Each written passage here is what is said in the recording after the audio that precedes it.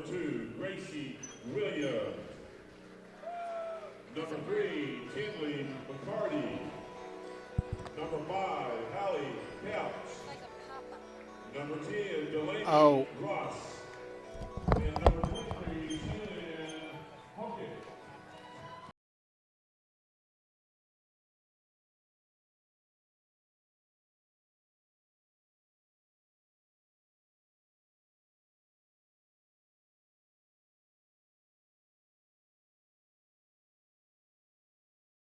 But it should be a pretty competitive game, however.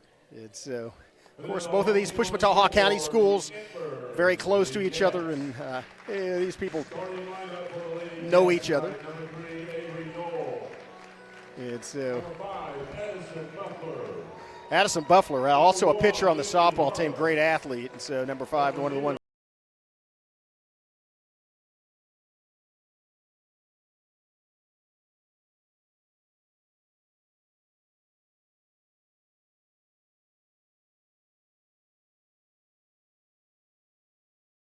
Team last year for Antlers during this tournament. Tremendous performance in all those games, so yeah, she's the one to watch. Inside and outside, number 2. Not sure what kind of game we'll see tonight, as those things tend to develop as the game goes on, but you can expect to see a lot of number 2 for the Lady Cats with the basketball. Driving in, the Antlers controls off the tip.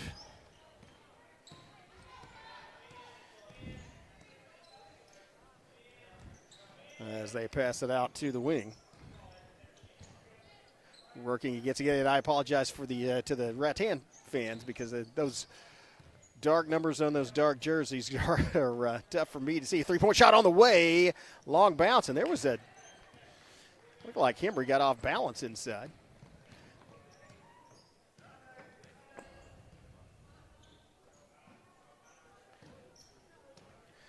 So the Rams working it around the perimeter. Try to get it inside, and they do. A nice save by Ross, and then it's thrown inside. Turnaround jumper in the paint, and it's partially blocked. And looked like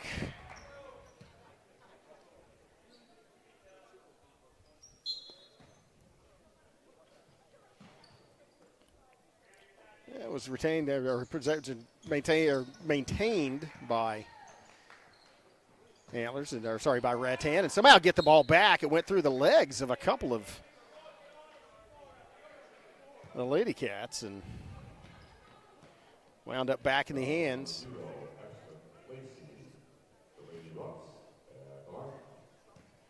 of Watts, and she will be shooting 2. Shots up, hits the back of the bracket. No good.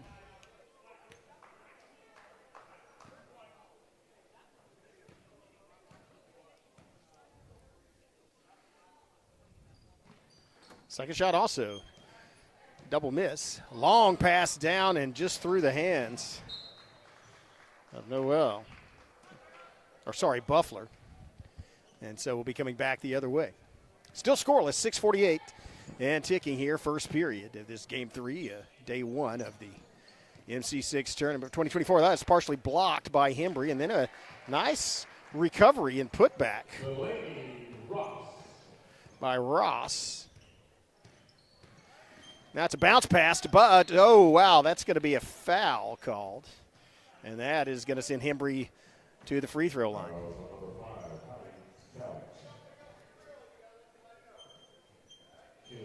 Couch committing the foul, her first team foul for Rattan. Hembry drills it through for the Lady Cats. Second shot by Hembry also. Another smooth-looking free throw. All of a sudden it's 4-0. Antlers. Coming back the other way, out to Ross, and then back to Couch. Oh, a 3-point bullet for Hoggett, and now it's I thought I looked at the scoreboard. Now it's 5-2. I thought that they had all 4 points put on the wrong side. And here's a steal and possible lay-in. Oh, great hustle by Hembry to get back there and block that, knock it into prevent the easy 2-point lay-in. I talk about Hembry, what a competitor she is. And she gets the clean block, prevents the easy 2-point lay-in off the steal. Working around, forces it inside. No, nice double pass, lay it off, no good, and gets her own rebound, goes back up Couch, and then she's fouled. That may send Couch to the free throw line. See the foul's on.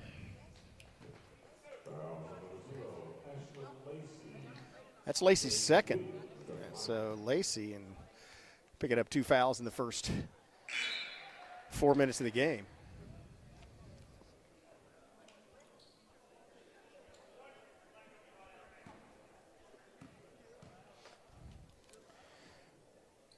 First shot is good, as is the second. 7-2 is your score.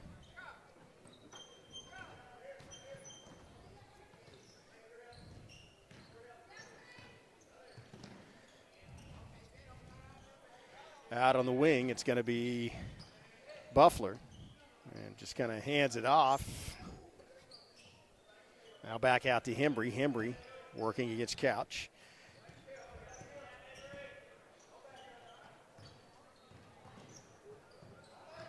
Hembry to Young, and then there's a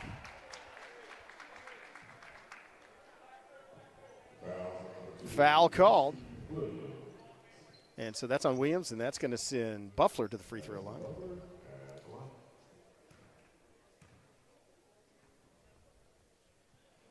Buffler sinks free throw. Good free throw shooting for the Lady Cats. It's kept Antlers in this ball game. All 3 of their points thus far coming from the free throw line. Second shot is also good. So 2 straight trips to the free throw line result in 4 points for the Antlers Lady Cats.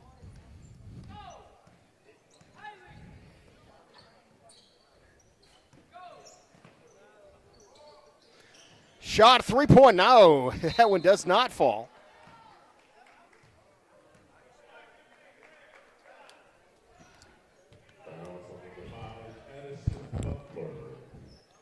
And that's the first one on Buffler. Second team foul on Antlers. Inbound to Couch. Quickly now it's Couch for 3. High rebound and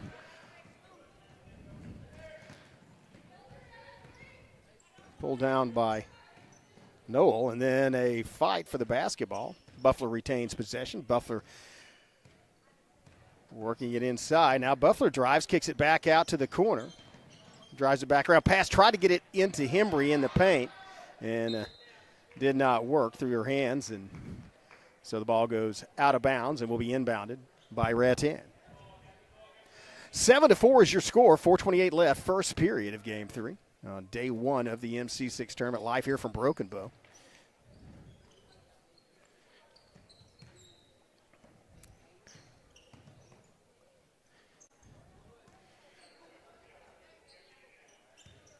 As McCarty, Couch to McCarty, then on the corner, 3-point shot on the way. Oh, bullet right in the rim. Hockett, her second bucket of this game, gets a 6-point lead for her team. As it's passed out the corner, baseline move and lay in up over the net. And just caught by Rattan. Lady Rams control.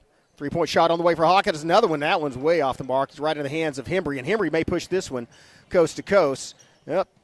Stops wisely as the defense was set. Here's a 3-pointer, though. Falls into the hands of Couch, and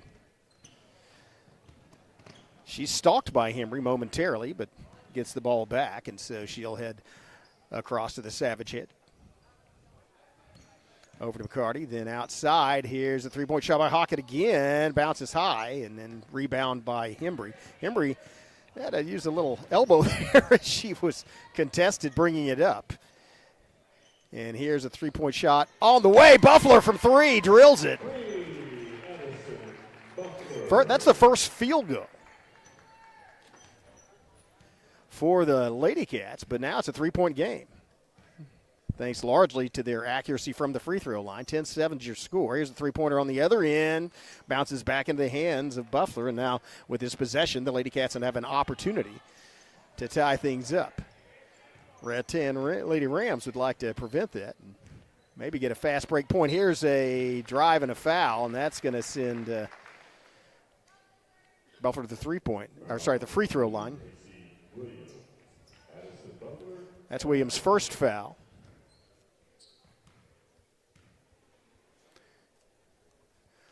And miss. Sorry, that was Buffler. I said Hembry. That's Buffler from the free throw line, not Hembry, but she misses the first one.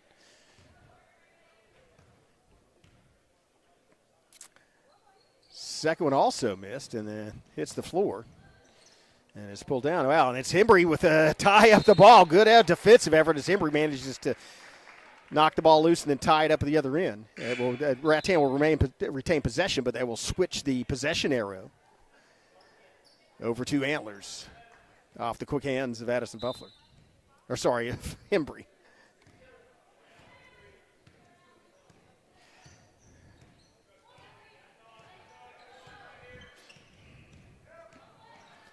There's a drive, and floater got through a couple of defenders, but had to go under the basket. And there's another foul on Rattan. That's going to be their fourth team foul.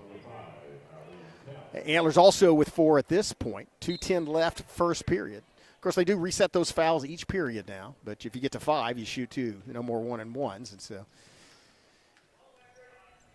there's a long three-pointer, and does not fall for Buffler.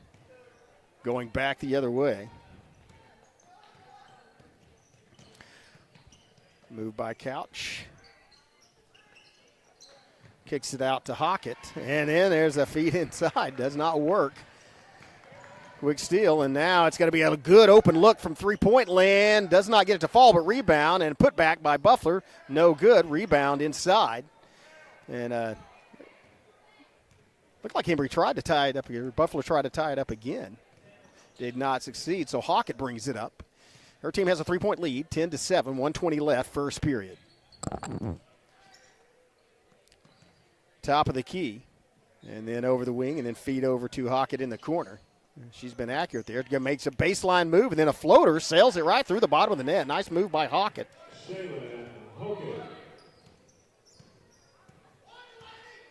And so it's 12-7, 5-point game, under a minute left, first period. Advantage Rattan. As they feed it into Buffler. Buffler splits, kicks it back out. Three-pointer on the way from Hembry. Bounces over. And somebody went to the floor hard, too. Actually, 2 of them. I hope she's okay. Yeah, she is. It was a hard thud. And no foul call. They were just struggling for the basketball. In fact, I think it was 2 Lady Rams team. He's a bullet pass out to Hembry, who quickly feeds it top of the key. Three-pointer on the way. Off the glass. And in from McCarty. Oh, sorry, that was Prisha on the three-pointer, and that's going to make it a 2-point game with under 30 seconds left in this first period. Drive, and now baseline move, and gets down defensively. Buffler made a nice move to get in there. I might have partially blocked it. Now it's going to be brought up by the Lady Cats, 15 seconds, and there's going to be a travel called on Buffler. So defensive work by, I believe that was, I can't tell. Who was that defensively for the Lady Rams? Good job, however, as they get the ball back with an opportunity to make the final shot of this period. Working inside and then loses it a steal. It's going to be Hembry. 5 seconds, 4 seconds. She's going to have a lay-in at the other end. Does not fall. Gets the rebound, puts it back up, gets the bucket, and the foul. Ties things up with 0.6 seconds left. And that's what I did. Caitlin Hembry with the field goal and an opportunity to give her team the first lead of this game.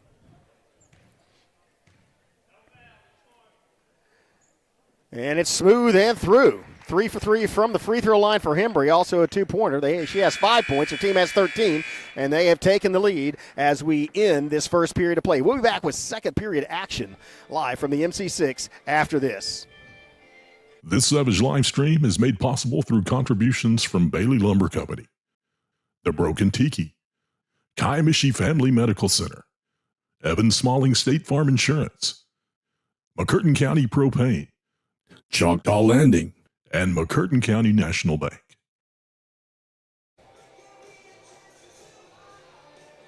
Who is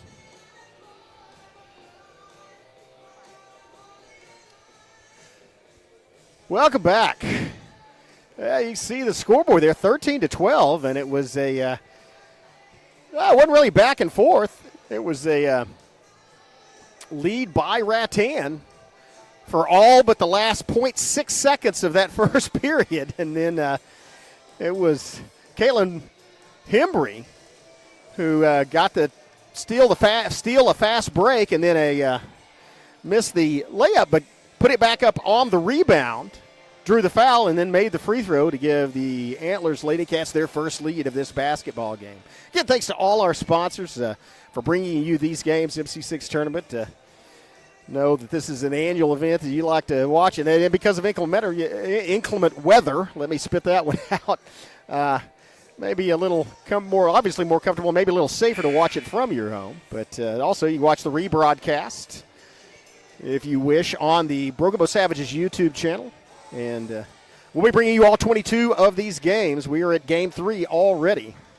Early victories. Games 1 and 2, Wright City versus Fort Townsend in both of those. And it was Wright City coming away with victories in both. Wright City girls the top seed. Wright City boys the number 2 seed.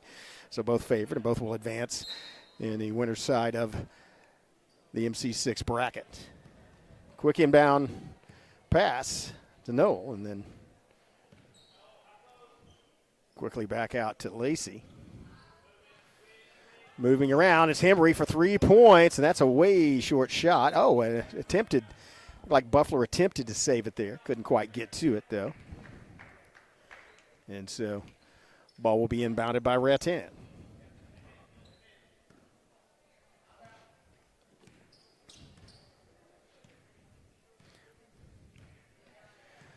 Working on the wing against Lacey, and then switches off Hembry doing the defensive work. Kick back out to Williams, and then a feed inside. Oh, nice feed inside. Drive to the hoop. Just couldn't make it fall, and then a rebound by the Lady Cats. Foul on that, following that rebound.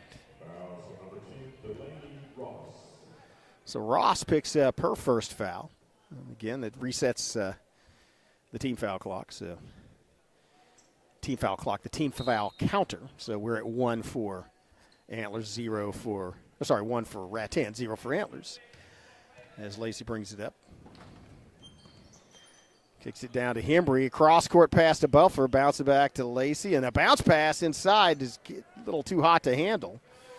Noel loses it and it winds up in the hands of Rattan.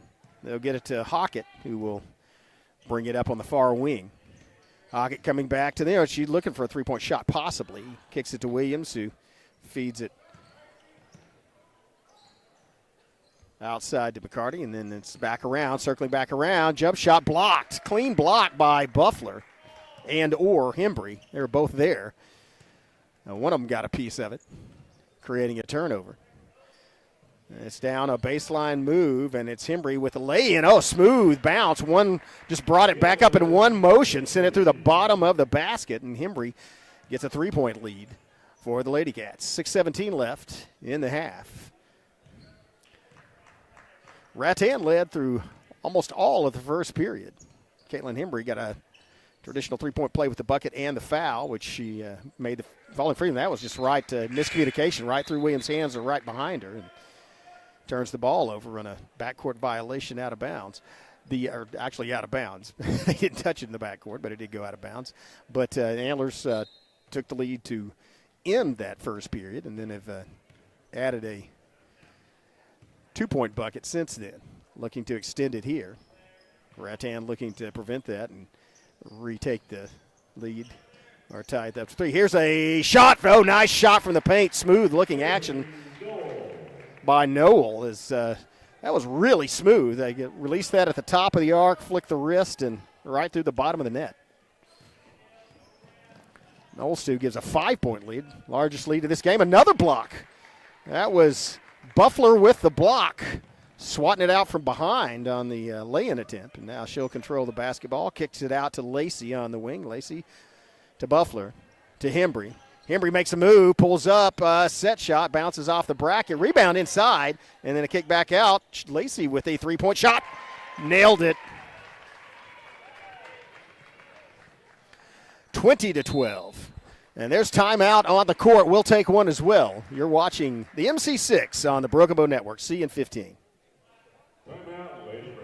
Aside from offering a fun, upbeat work environment, Choctaw Landing Associates also receive great benefits. Some even receive a $1,000 signing bonus. You can check out available positions at one of our hiring events or online. Find both at careers.choctawnation.com.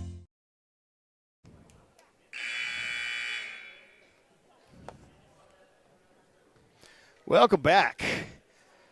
Well, it's been a close game, but and for most of the first period, the momentum was with the Rattan Lady Rams, but it has been all Lady Cats from Antlers since about the last 30 seconds of the first period, as they have held Rattan scoreless and added 7 points themselves for an 8-point lead, 20-12. 5:04 left in this first half. Game 3, day 1.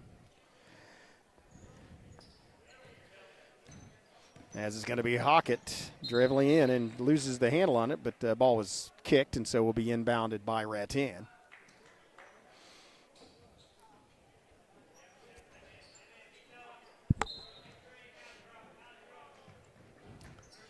Looking for quick points off the inbound. Throw it into the paint, and then the ball's knocked loose. And I didn't see who got a piece of it, but I think that might have been Buffler again. Now it's Hembry from the three-point line. Passes to Buffler, and she'll back it out. Buffler does have Hockett in her face. Quick defensive move. Oh, nice shot to the far side. It's Lacey. And then back to Lacey on the other side. Bounce pass, three-point. Well, no, that was Hockett getting back on defense, and now it's going to be a three-pointer all the way through the bottom of the net. And that is Buffler just drilling it. That's her second tray of this game and extends the Antlers lead into double digits, an 11-point advantage, 23-12.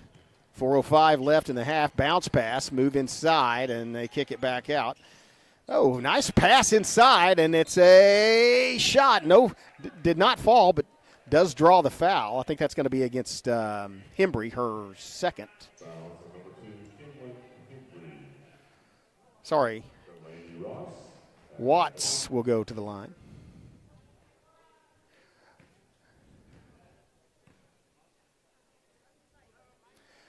And first shot in there. Rattles around, but then falls through. Makes it a 10-point game. She can cut it to single digits with his next shot from the charity stripe. Second shot bounces off the side into the hands of Hembry. Hembry working across court. Kicks it back to the top of the key and then out to the wing, and then Lacey working against Hockett. Down in the corner, and it's a drive inside. Shot is good. Does not count, though. They're waving it off. A foul occurred before Buffalo released it. And so does not even get to go to the free throw line because that's just the second team foul and was not in the act of shooting. Nice finish by Buffalo, but all for naught. They do get the inbound, a quick inbound, and then she goes up, and it rolls across and falls down to the hands of Rattan. Good rebound inside by Watts. 3:30 left in the half, 23-13. Advantage is in Antlers' hands. Ball actually goes off the foot in a diving effort to get to the basketball. And there's a three-point shot, does not fall, and there's another. Man, there are people flying all over the place. This is a lot of effort as Watts comes flying into the scrum, if you will, under the bucket. Does go out off one of the Antlers players, and so is inbounded by Rattan. And then the ball's a little she maintained her dribble there. And so it's a pass, feet inside, turn around, lays over, just no good, does not fall. And so it's McCarty to Lacey. Lacey Where he gets Hockett, and now it's out to Buffler on the wing. Buffler, and there's a foul. And so that's going to not send Buffler to the line, but that's on Ross. That's her second, and that will be the third team foul on the Rams. Ball will be inbounded. Antlers lining up as they spread out. Quickly inbounded, and then they get it right back to Lacey. Lacey top of the key, worker gets Hockett, now gets to the wing, now thrown out to Buffler in the corner. Buffler driving, Buffler in the lane, and then she gets a clean rejection, but goes out of bounds. So you can count that. Well, that was okay. Maybe she didn't get a hold of it. I don't know. That was good. I guess that went off of Buffler. Okay. 2:26 left. Driving, Rattan kicks it back out. Now is a move by Hockett inside, cut off, and now picks up a dribble. Hembry on the defensive work for Antlers, and now it's cross-court pass to the far wing. Rattan, oh, nice move inside. Oh, and another rejection. Does not foul. A clean block. I think that was Buffler with the block, but they will inbound it. 2:10 left. Try to get points on the inbound. It's knocked away and then picked up in a scrum, and then there's a foul. I believe that's going to be a foul on Rattan as they tangled it up. It is. Story picking up the foul, her first. Fourth team foul. 2:05 left, so quite a bit of time left. Any more fouls by Rattan will send Antlers to the free throw line. They're going with the press in the backcourt, and now it's going to be a race to the line, and somehow loses a handle on the ball. And so about 3 players go to the floor. It's a turnover and gets back in the hands of the Lady Rams. Press worked for them, I guess, on that one, because even though Antlers got it into the forecourt, they did so out of control and turned the ball over. Here's, a leaner and does not fall. Rebound. And it's just stripped away. Looked like maybe a couch got a hand on it. And now it's going to be Hockett feeding it inside. Oh, there's a nice turnaround. Jump raw, lay it off the glass, and it's good by Watts. Watts with the bucket. Back to an 8-point game. Now Hembry gets it, and she's double teamed, and now the press is working the other way as it's a 3-on-1 break. Hockett misses. The rebound's good, and that's going to be a foul on Antlers. I think it's is that Buffler that picked it up? If so, that may be her third. No, just her second. Second foul on Buffler. Opportunity to cut it to a 6-point game. Hits the front of the rim. Nice, good line, but not enough distance, and so falls no good. Second shot on the way. That's just the second team foul on the Lady Bearcats. 1:14 left in this half. Second one, swish. And so a 7-point basketball game. Just over a minute left to play, first half. Lacey fires it around. Circulation, baseline cut off, and then they get it quickly up to Buffler, and she is fouled by Watts, and so that's going to send Buffler to the free throw line. That's a 5th-team foul on Rattan. That's on Ross.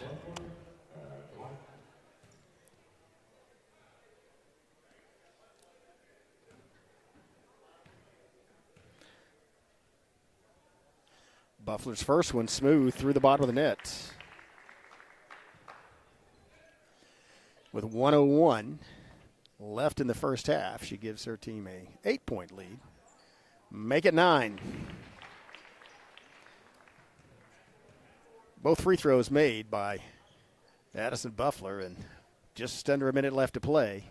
Back to a 9-point lead for Antlers. Hockett working inside, tried to feed it back outside. The ball was deflected by Hembry, then knocked back to Hembry. Hembry on the way to the hoop and lays it in, coast to coast.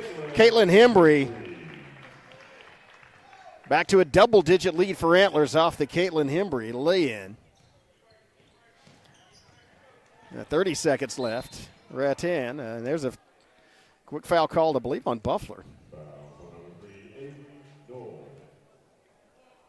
Oh, it's on Noel. Sorry, number 3, not number 5.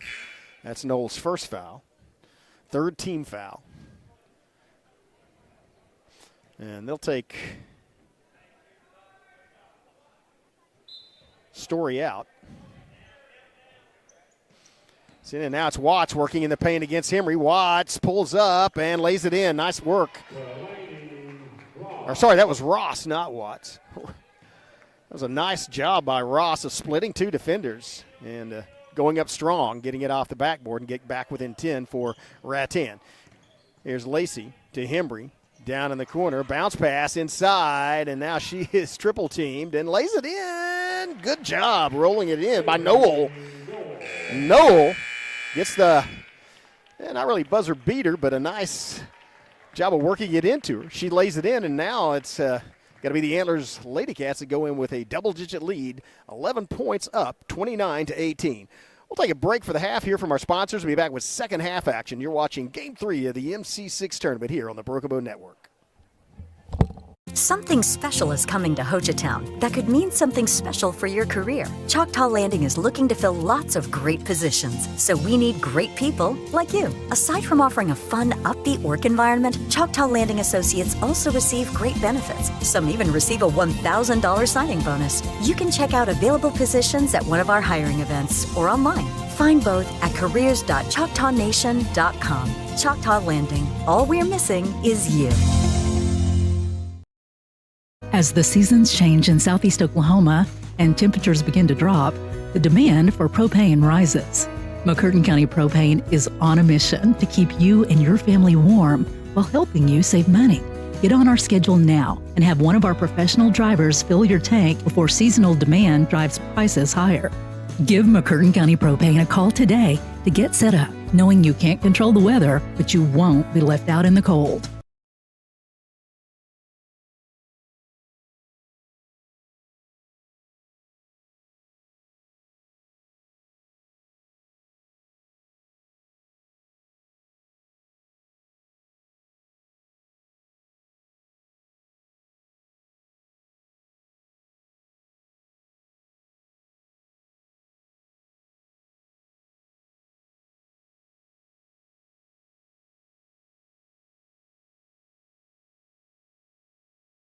At McCurtain County National Bank, we are continually seeking ways to meet the changing needs of our customers.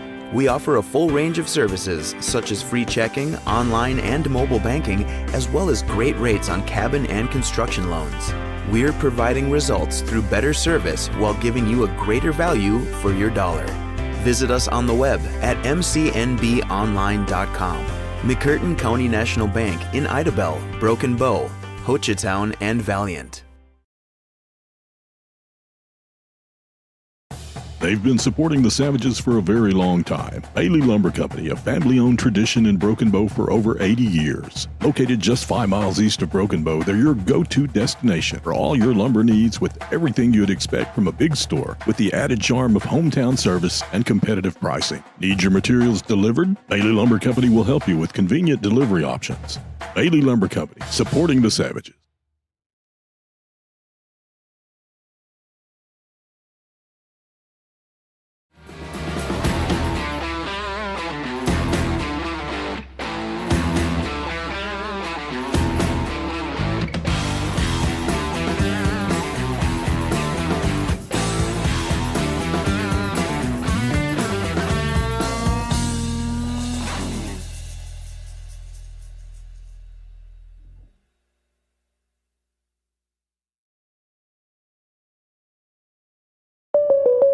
Oh no, are you okay, Mike? Yeah, got a pretty big fender bender here. Don't worry, State Farm's got you covered.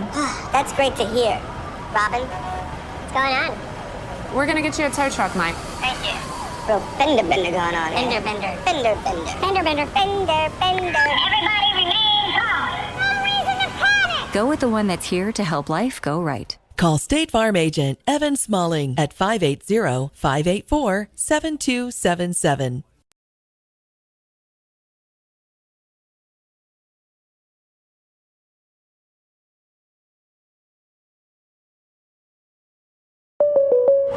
Oh, no. Are you okay, Mike? Yeah, got a pretty big fender bender here. Don't worry. State Farm's got you covered.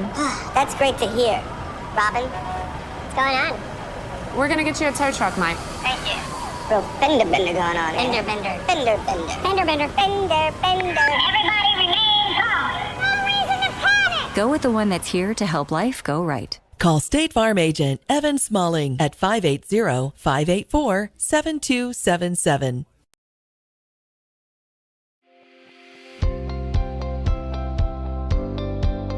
Welcome to Kiamichi Family Medical Center, where our family cares for your family. We're proud to serve our communities in Southeast Oklahoma. Our mission is to provide extraordinary care in a medically underserved area and always put the patient first.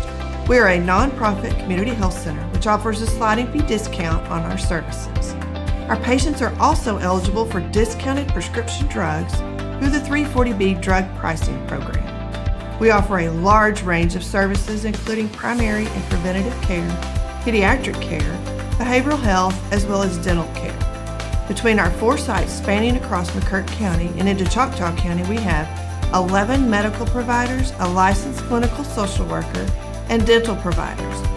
Our connections across the state of Oklahoma and the tri-state area allow us to connect our patients to specialists and provide them with a high level of care. Call any of our clinics today to schedule your appointment. Kiamichi Family Medical Center, family caring for family.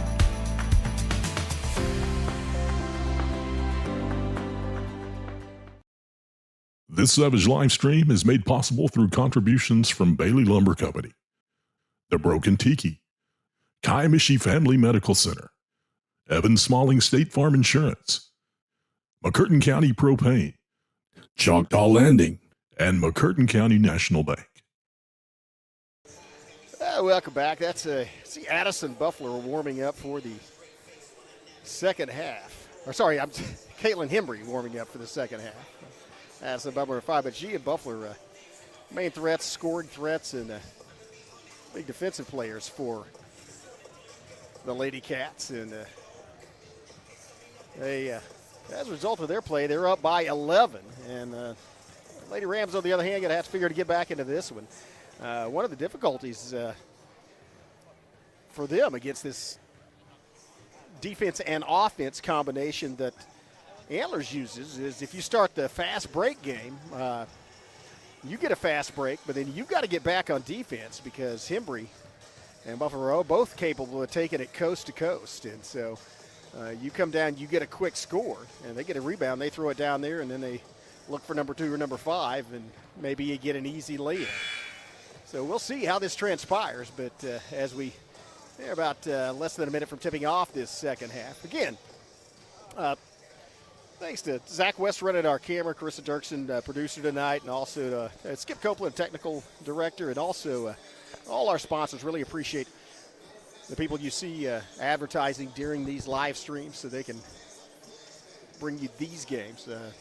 This is, again, this is with a different, this is through the Brocobo Network, and so we're network on YouTube. I hope this is a long-running deal. Appreciate all the athletic events that are brought there. This is, I believe this is the 7th consecutive MC-6 tournament that I've done live streaming, and so really appreciate the technology and the ability to watch it from anywhere all over the world. And so also you watch it live, or also keep in mind if you're watching this live that you can also watch it at any time.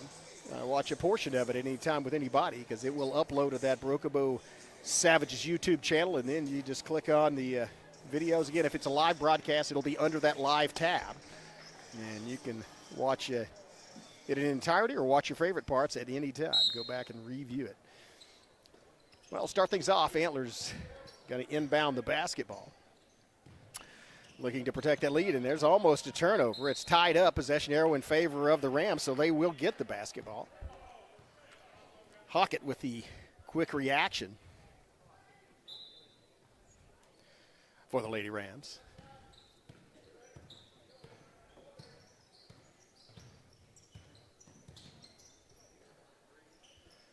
As they work it around.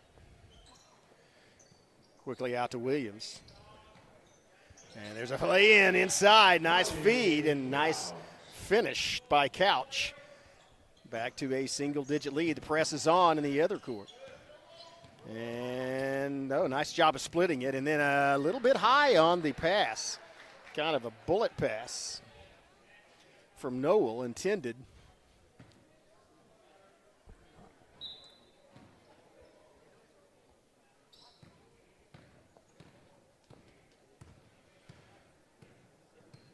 I think that was intended for Freesia. Not sure, but it was a little high, and so they turned the ball back over. Now it's Rattan with an opportunity to cut this lead to 6. And they get a wide look. That's exactly the shot they wanted. It's a little off the mark, though, but they get Hockett out there on the three-point line all alone. And so a good feed and a good offensive scheme. Just the shot was off, and as a result, it's inbounded by Antlers. And they're going to push it up the ball quickly. It's Lacey bringing it quickly into the forecourt, not allowing an opportunity. Not going to be a backcourt violation as it went off the fingertips of Couch. Will be inbounded in the backcourt by Lacey. And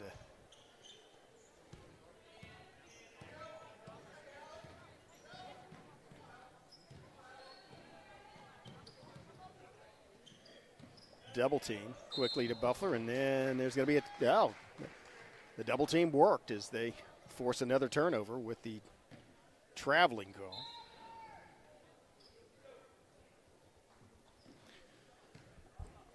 So 6:35, third period.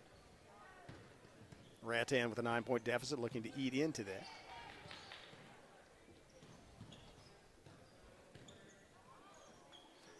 Throw it out to Williams at the perimeter, guarded by Buffler, closely guarded by Buffler. And Williams loses a handle on the ball, but quickly it's picked up by Hockett. And it looks like it might have been tied up on the floor as Lacey went to the floor.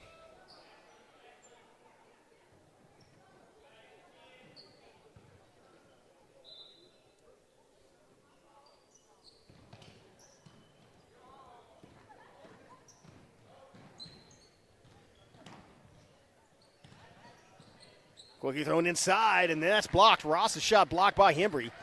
And now it's Hembry pushing up. Hembry with the feed down into the low post, and then a turnaround jumper off the bottom of the bracket. Picked up, pass the other way, and it's intercepted. Buffalo playing defensive back there and gets the INT, coming back the other way. And a drive to the hoop, lays it over into the hands of Mary. She puts it up and in. Or Buffler with the putback. And gets her team up by 11.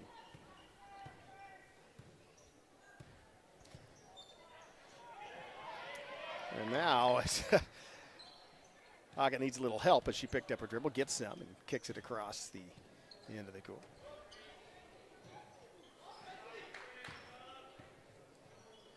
Feed to Williams. And Williams, nice feed down inside. Good assist, lay-in by Hockett, and back to a 9-point game. Quickly across the timeline by Ann. Well, tried to stop her forward progress and couldn't do it in time. Traveling call gives the ball back to Rattan. 9-point game, 31-22 the lead with Antlers, but it's Rattan with the ball and a little more momentum as they will inbound. Hockett picks up her dribble and now gets it to Williams over on the wing. Williams guarded by Buffler. Out to Ross.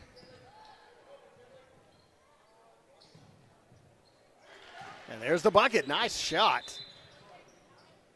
6-point game. Timeout on the floor. We'll take one as well. You're watching the MC-6 on the Bergamo Network. Aside from offering a fun, upbeat work environment, Choctaw Landing Associates also receive great benefits. Some even receive a $1,000 signing bonus. You can check out available positions at one of our hiring events or online. Find both at careers.choctawnation.com. Oh, I got it.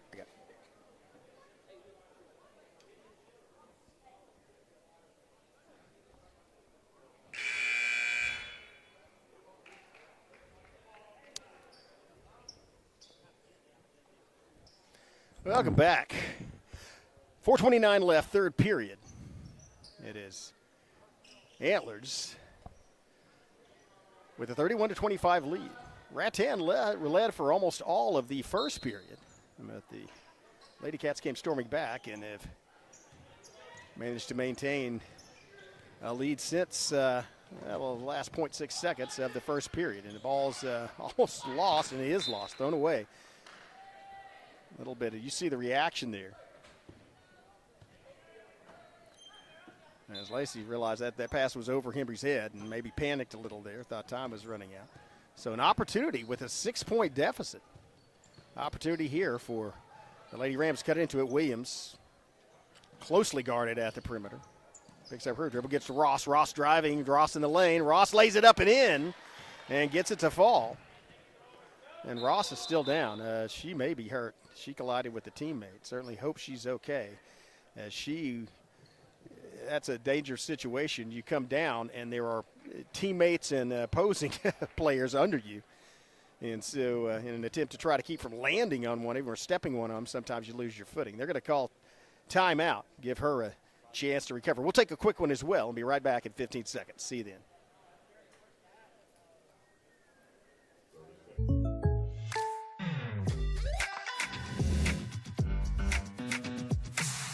If you want the real deal, call State Farm agent Evan Smalling in Broken Bow today. Like a good neighbor, State Farm is there.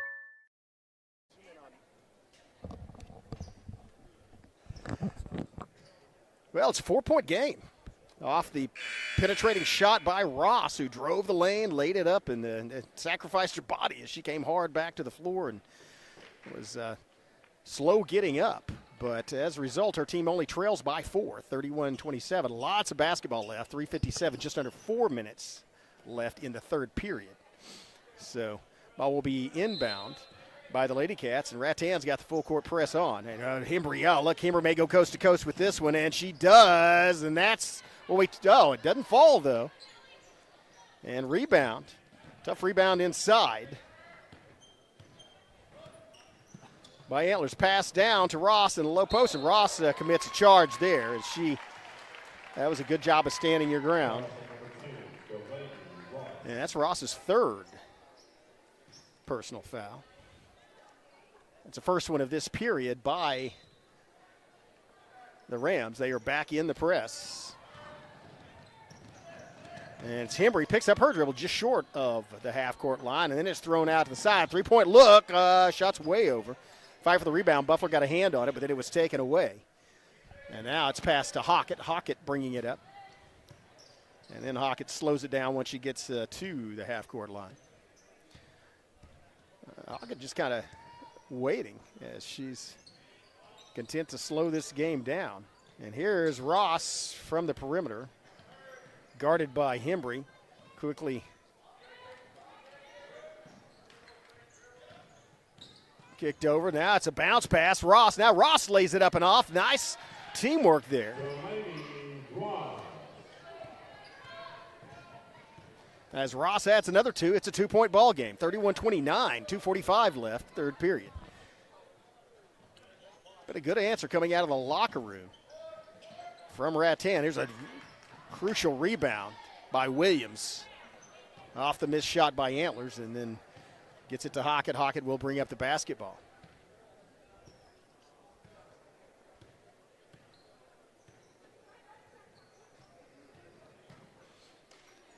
And here's that's a move inside, and there draws the foul. And that's going to be on Buffler. I think that's her third.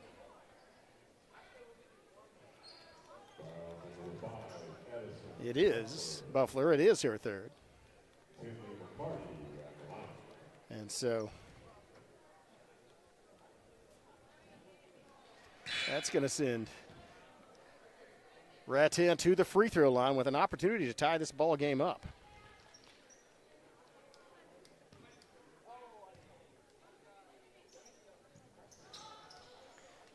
Well, shots off the mark. Again, it's Hembry to Buffler. Buffler has a good look from three and shuts it right through the bottom. Addison Buffler. Just a smooth-looking shot. And it's back to a 5-point lead for Antlers.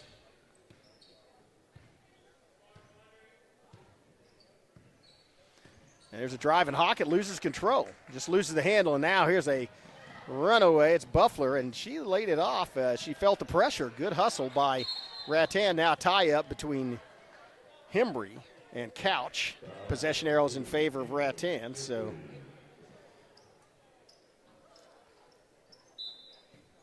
they will be able to inbound it. A little slow bringing it up. Might want to make sure you get across the timeline before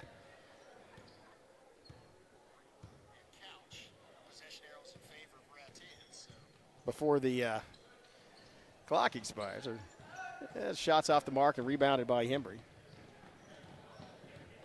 And Hembry gets it to Buffler. Buffler looking for another open three. It passes at three. Oh, that was not quite on the mark. And so goes out of bounds and will be once again inbounded by Rattan. 1:10 left, third period. As you see there, little field instruction, as it looked like it was Hockett laying out some plans with Couch. So Couch working across the, that was Noel working across the middle. Now it's thrown inside, and draws the foul inside. That may be on Hembry. If so, I think that's her fourth. Nope.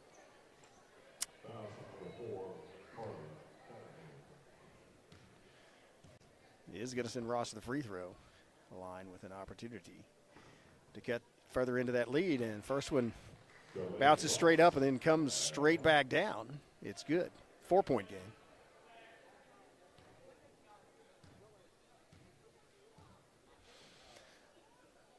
Second free throw from Ross. Swish. 3-point game. Under a minute left to play, 51.4 seconds. And a 3-point game here. It's been a really competitive, exciting basketball game.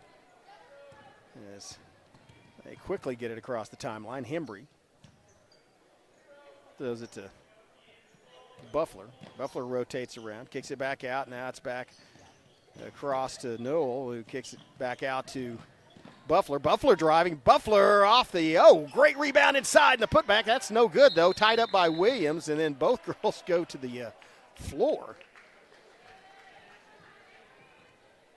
As that was Freesia and Williams tangling up their legs, both fighting for the rebound. But now, off that crucial rebound by Williams, under 30 seconds left, the Rattan Lady Rams will have the final shot of this period, an opportunity to tie it up. Here's Ross inside for two and makes it. 1-point basketball game, 32-33. And now it's going to be Hembry and the Lady Cats with an opportunity to get a final shot. And they're going to call timeout and talk things over, or we're going to stay right here. As there's 7.0 seconds, 7 seconds left in this third period to talk about what has happened in this basketball game. And it has been largely a game of score swings and momentum throughout a quarter, as the first quarter started with just Rattan dominating for most of the first half as they jumped out to a quick lead. But Antlers came storming back and were able to tie it up on a shot with 0.6 seconds left. Got the foul on the shot, and then Hembry made the free throw, giving the Lady Cats a 13-12 lead in that first period, and then they extended it going into the half.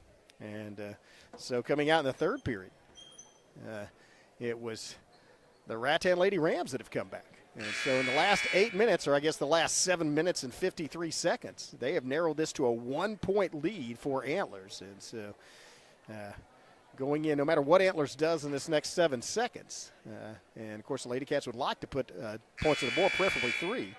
But it's going to be a fight to the finish when we come back for that final period of play, and that's what you want to do, give yourself an opportunity to win the ball game.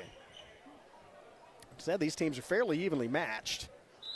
And so we'll see what happens here. The inbound, looking for they have a lot of time. Wide open, and it's going to be Noel with the lay-in, and that's it. Still time if they hurry to score. Just get a shot off, and that shot was not, the shot almost made it, but Noel with the heroics, and she was wide open, circled around. That was a good job on the inbound pass. That's what the Lady Cats wanted. So now they lead by 3, 36-33 going into the final period. We'll take a break here from our sponsor to be back with the final period of Game 3.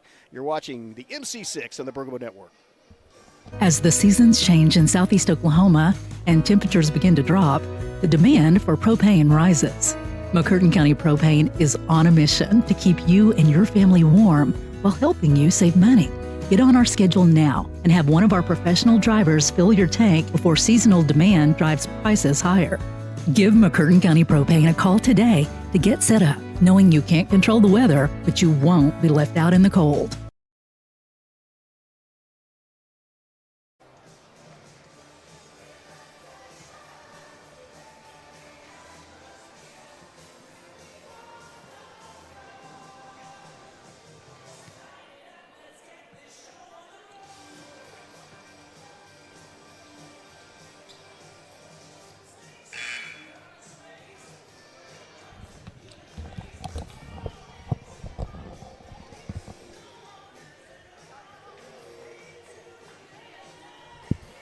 You see the Antlers Lady Cats lining up for the inbound pass, and then here come the Rattan Rams to take them on as we begin this final period.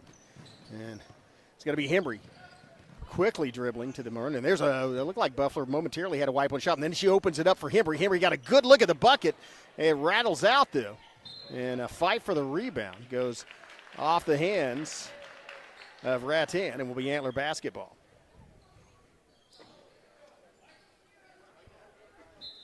Looking to quickly get a point off the inbound as they're going to look for an open player. Good reaction, and they have to throw it to the corner. Again, knocked out of, I think that was Hockett that might have got a handout. Hawk and Ross over there defensively, but one of the two. Inbound, and that's almost stolen by Hockett. Man, she made a quick move on the basketball. And so you see the intensity of this basketball game as it's a three-point game. Antlers with the lead in the basketball, but it's Hockett once again. That's a great move. I mean, you keep making those moves, eventually you might steal one of those. And so, as I said, Antlers with the basketball in the lead, but Rattan possibly with the momentum and the possession era. Here comes Buffler. That was kind of a handoff, kind of a give and go. Buffler kicks it back outside to Noel. Noel makes some separation.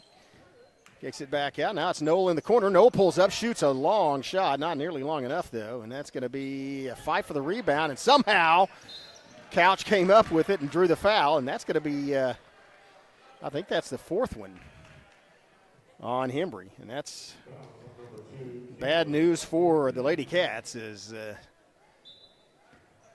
she's their team leader.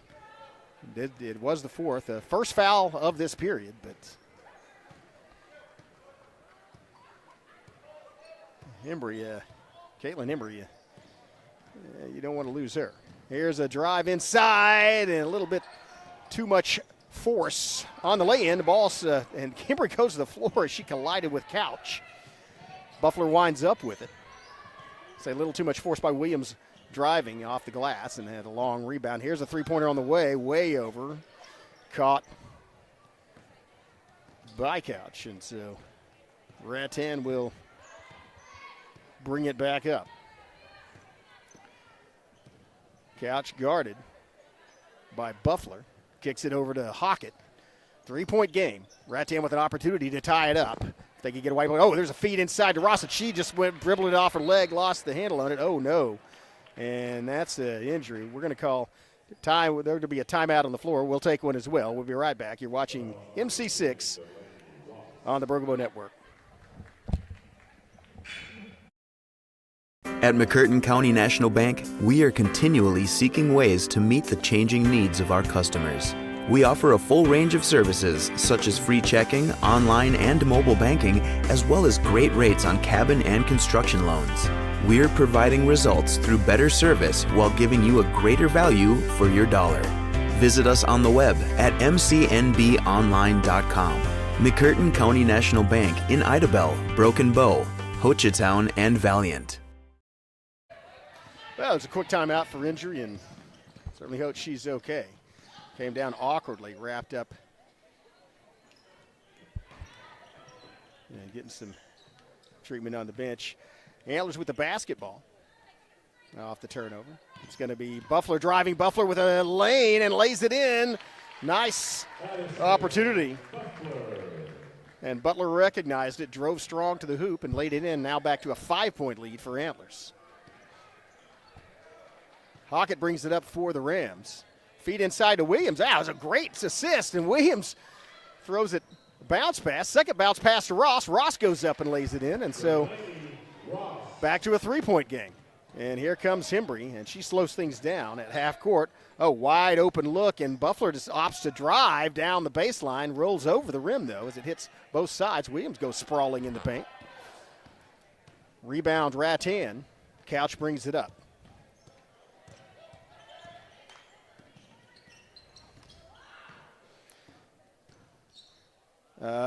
Drive inside, and that one might have been partially blocked. And a second effort by Ross gets it down, and now back to a 1-point basketball game. 38-37, timeout on the floor. We'll take one as well and be right back. You're watching the MC-6 on the Broken Bow Network. At McCurtain County National Bank, we are continually seeking ways to meet the changing needs of our customers. We offer a full range of services such as free checking, online and mobile banking, as well as great rates on cabin and construction loans. We're providing results through better service while giving you a greater value for your dollar. Visit us on the web at mcnbonline.com. McCurtain County National Bank in Idabel, Broken Bow, Hochatown, and Valliant.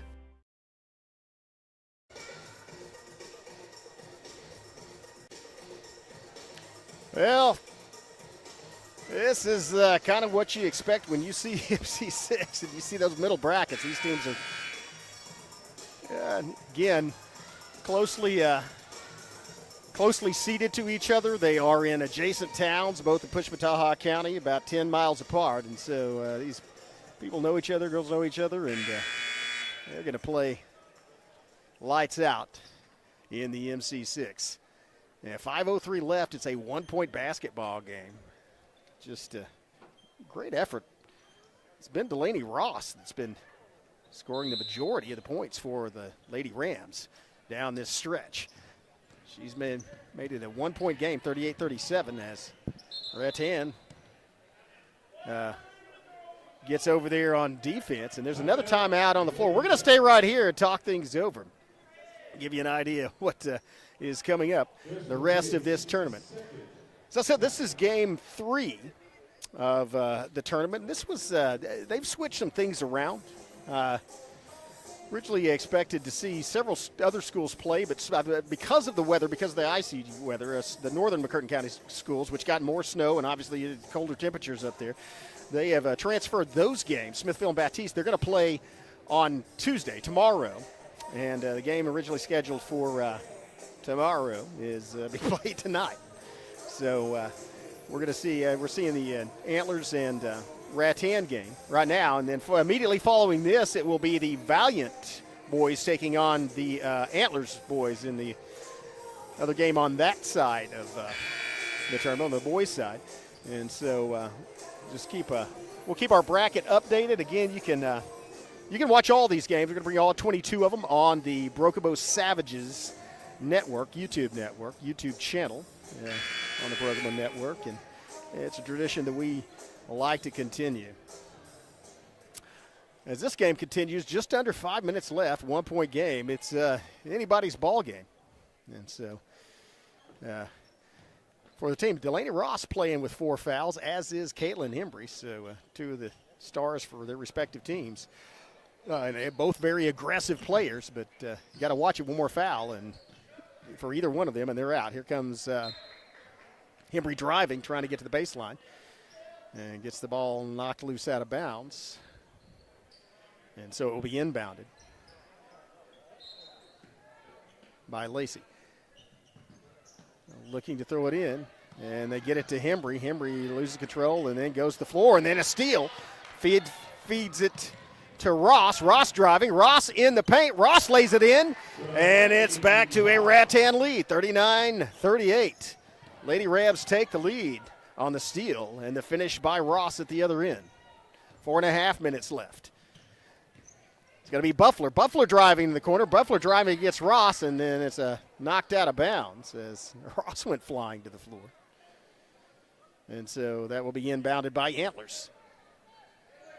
Just one team foul for each of these teams thus far in this period, but 4 personal fouls for the respective Stars of what they need to worry about. Oh, nice feedback, and then that gets a arm bar call.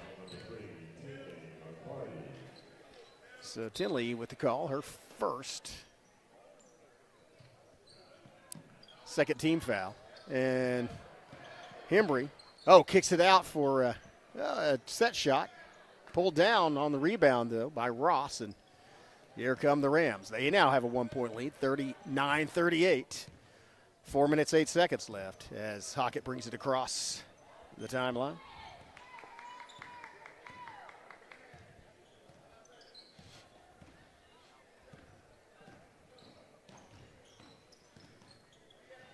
Feeds Williams, who gets it over to McCarty, feeds it down to Ross. Ross is a little hard on the shot, so it goes over. Now quickly, it's Hembry passing cross court. Now down, here's a set shot from three-point land. In and out, rims out. Hembry with the inside rebound and lay-in, back to a 1-point lead for Antlers. Caitlin Hembry. Back and forth, back and forth. Third lead change in the last minute. Here it is to Williams. Kicks it out to McCarty. Feed it again down inside, and it's going to be Ross working against Hembry inside, and Ross gets a foul. If that's against Hembry, that's her 5th. And that would mean, unfortunately for Antlers, Caitlin Hembry will be out of the basketball game. Let's see what the call is.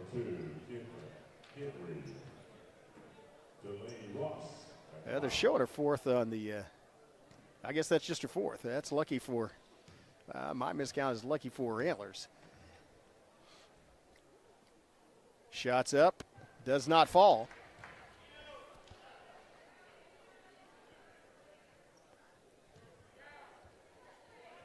And so here comes a crucial one. Still a 1-point game. Ross at the line for the Rams. And second one also missed. A rebound, Hembry inside. So kicks it out and intercepted and just stepped on the line as McCarty came flying across.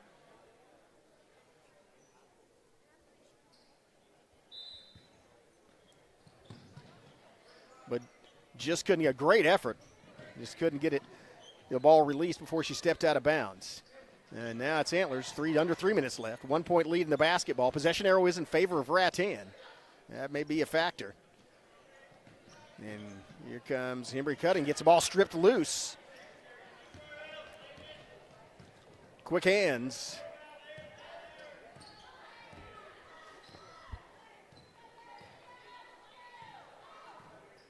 I believe that might have been Couch with the strip. So now it's Williams with the basketball. Rattan has an opportunity to retake the lead. Bounce inside, Ross. Ross, set shot, and falls off the side. Great rebound inside by Hockett. Turnaround, no good. Ross again pulls it down. Possession arrow in favor of the Rams, and so on a tie ball, they will inbound. 1-point game. It's Antlers with the 1-point lead. It's Rattan with the basketball and an opportunity to retake it. To Williams. To McCarty to Couch. Couch dribbles inside, kicks it back out. And now it's out to Hockett. Down to Couch at the corner. Feed inside. Ross. Ross, turnaround jumper inside. No good. Rebound. Huge rebound inside by Buffler. As it gives back the Lady Cats the possession of the basketball. They now have the possession arrow in their favor. Under 2 minutes left. They have a 1-point lead. Bounce pass inside. And it's tipped and stolen. Winds up in the hands of Ross. Timeout on the floor. We'll take a quick one as well. See you in 15 seconds. You're watching the MC-6 on the Brookable Network. This Savage live stream is made possible through contributions from Bailey Lumber Company, The Broken Tiki, Kiamichi Family Medical Center, Evan Smalling State Farm Insurance, McCurtain County Propane, Choctaw Landing, and McCurtain County National Bank.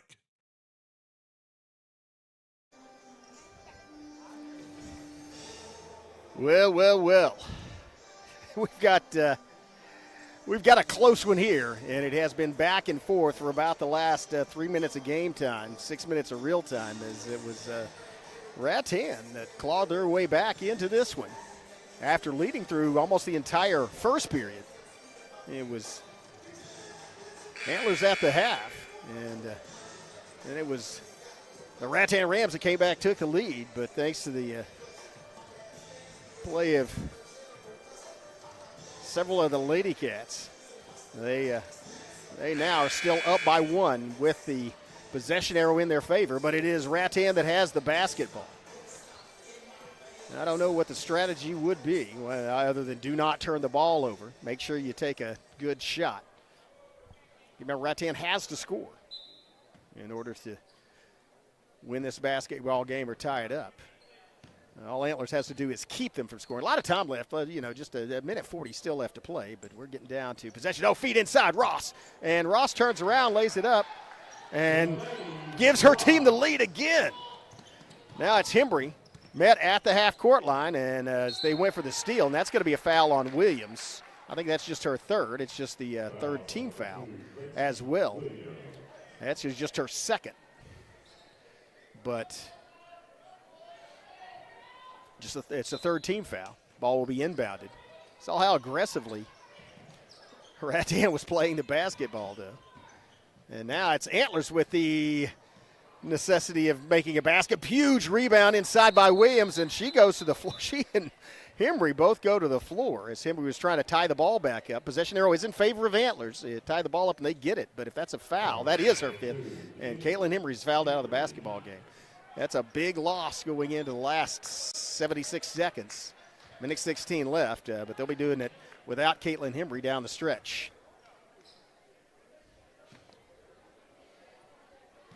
And she went out trying to regain possession of the basketball. Landry Ross in for Hembry. And now it's Rattan that can play the waiting game as they have the 1-point lead. They do not have to shoot, and the ball's almost stolen by Buffler. Fight for the basketball. There's a tangle, and it is tied up. Possession arrow is in favor of Antlers, so a move by Buffler gets the ball back for her team. And now it's going to be Antlers working with 53.7 seconds left.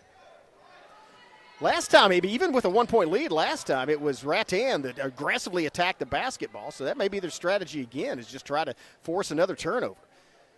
Get down to crucial possession time, as maybe time for 2 or 3 possessions tops. And here's a dribble inside, drives and gets it rejected. That ball might have been blocked. I think it was either Ross or Williams that got a hand on it. Did commit a foul, though, and so that is going to send Lacey to the free throw line.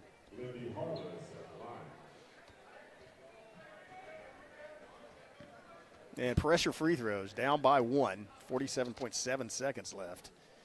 And sinks the first one, ties the ball game up. Man, ice water in her veins.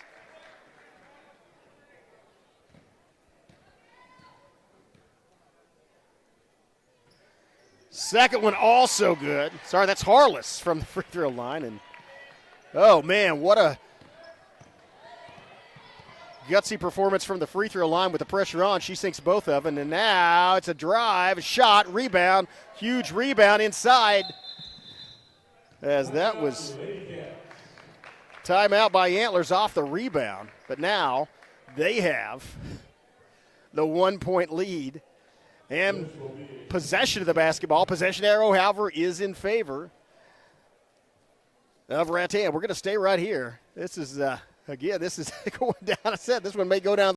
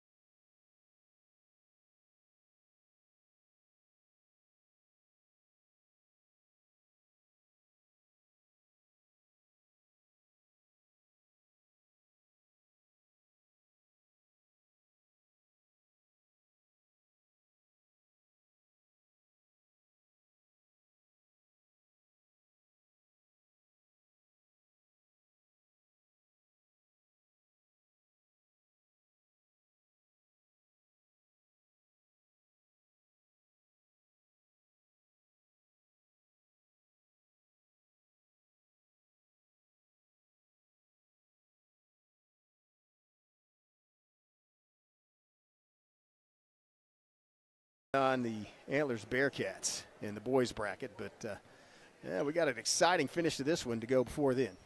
So the ball's going to be inbounded by Antlers, and the press is definitely going to be on as Rattan looking for a turnover.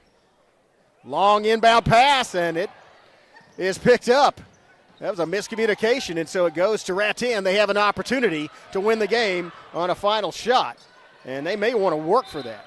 They're going to call timeout again, probably talk things over as 24.7 seconds left. Timeout on the floor. We'll take one, a brief break as well, and be back. See you in 60.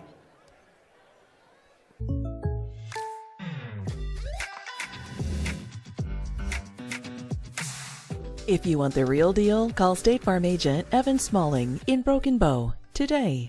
Like a good neighbor, State Farm is there.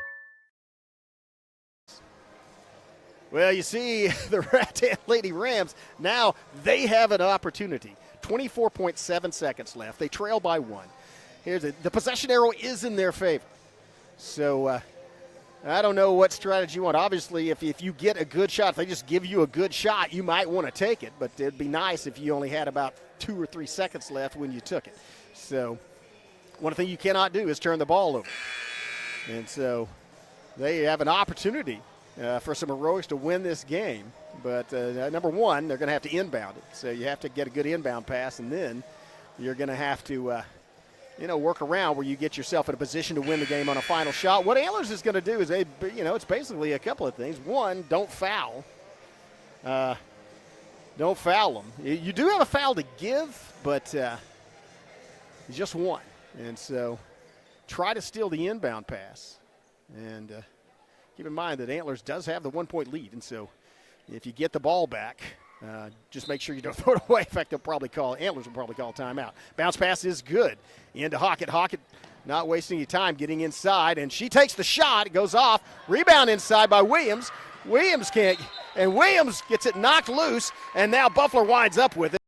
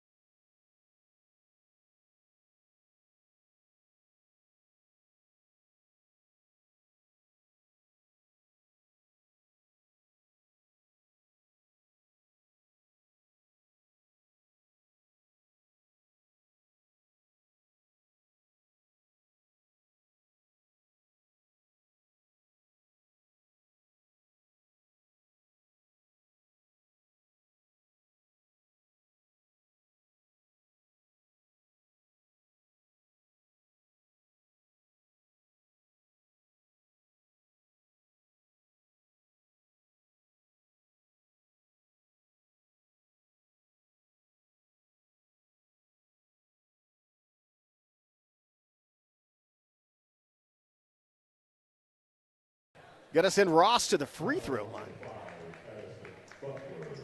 That's on Buffalo, her fourth.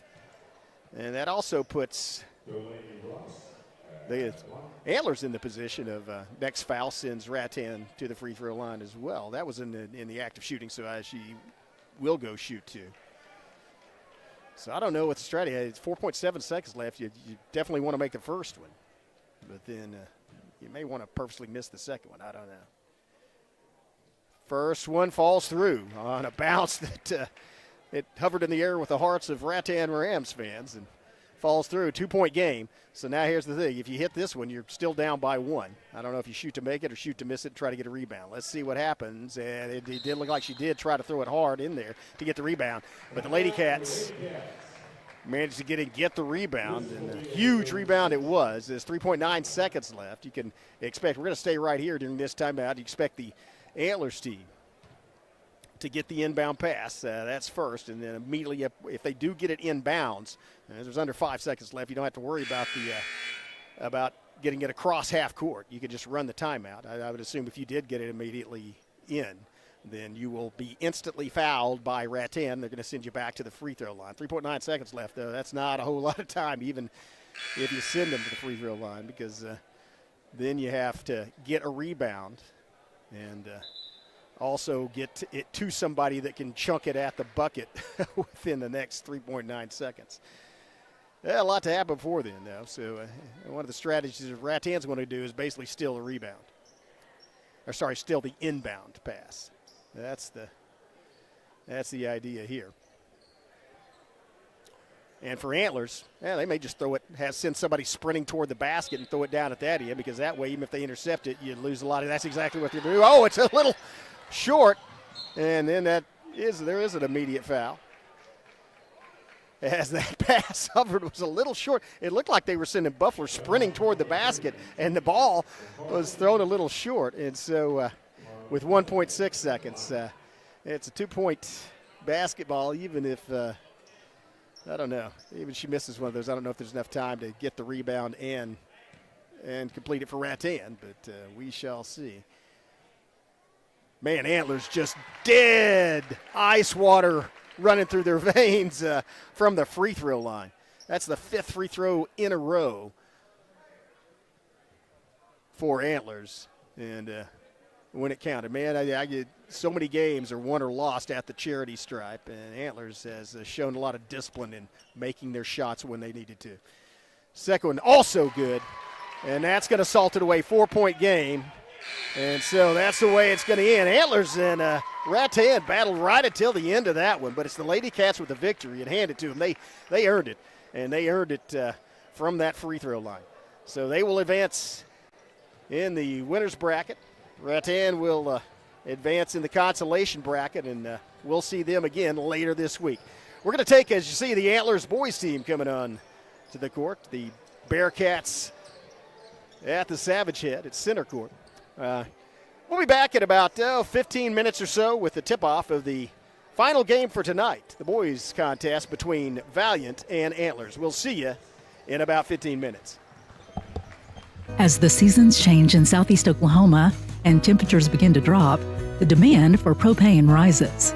McCurtain County Propane is on a mission to keep you and your family warm while helping you save money. Get on our schedule now and have one of our professional drivers fill your tank before seasonal demand drives prices higher. Give McCurtain County Propane a call today to get set up, knowing you can't control the weather, but you won't be left out in the cold.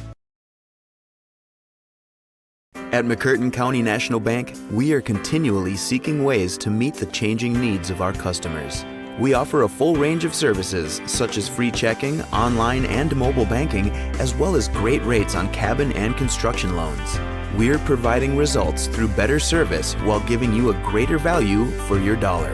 Visit us on the web at mcnbonline.com. McCurtain County National Bank in Idabel, Broken Bow, Hochatown, and Valliant. They've been supporting the Savages for a very long time. Bailey Lumber Company, a family-owned tradition in Broken Bow for over 80 years. Located just 5 miles east of Broken Bow, they're your go-to destination for all your lumber needs, with everything you'd expect from a big store, with the added charm of hometown service and competitive pricing. Need your materials delivered? Bailey Lumber Company will help you with convenient delivery options. Bailey Lumber Company, supporting the Savages.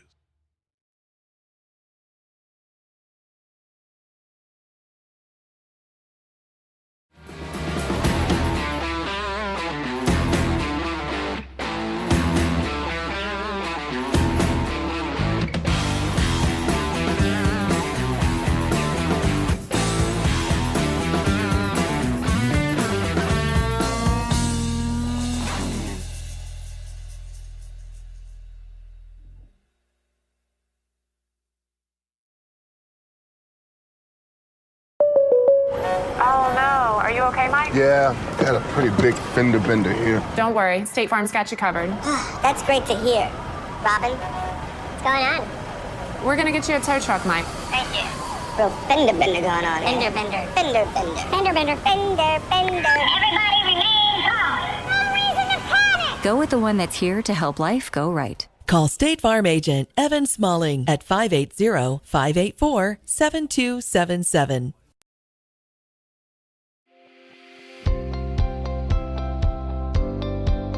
Welcome to Kiamichi Family Medical Center, where our family cares for your family. We're proud to serve our communities in southeast Oklahoma. Our mission is to provide extraordinary care in a medically underserved area and always put the patient first. We are a nonprofit community health center which offers a sliding fee discount on our services. Our patients are also eligible for discounted prescription drugs through the 340B drug pricing program. We offer a large range of services including primary and preventative care, pediatric care, behavioral health, as well as dental care. Between our 4 sites spanning across McCurtain County and into Choctaw County, we have 11 medical providers, a licensed clinical social worker, and dental providers. Our connections across the state of Oklahoma and the tri-state area allow us to connect our patients to specialists and provide them with a high level of care. Call any of our clinics today to schedule your appointment. Kiamichi Family Medical Center, family caring for family.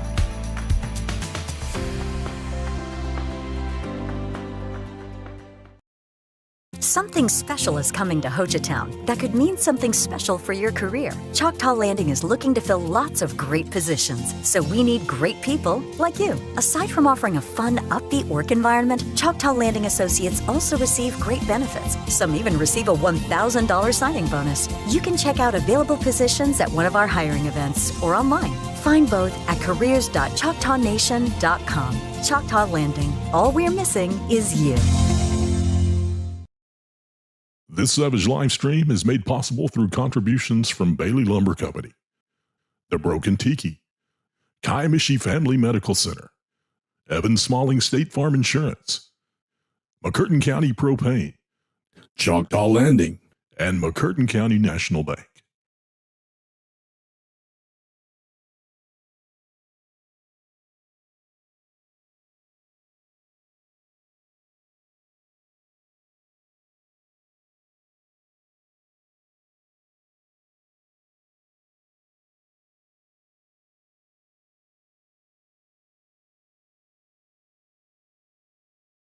Well, welcome to the final event for tonight. And it's going to be the game originally scheduled to take place tomorrow, but they moved it up. And so it's going to feature the Antlers Bearcats versus the Valliant Bulldogs. It should be a pretty good basketball game. You see Brame and Sorrells. These are veterans. These are multi-year starters for these basketball team, and may I recognize Dakota Williams as well, veteran of this tournament, and I believe he played Fort Townsend previously. But going to see probably a hotly contested ball game. Tuck, a great three-point shooter.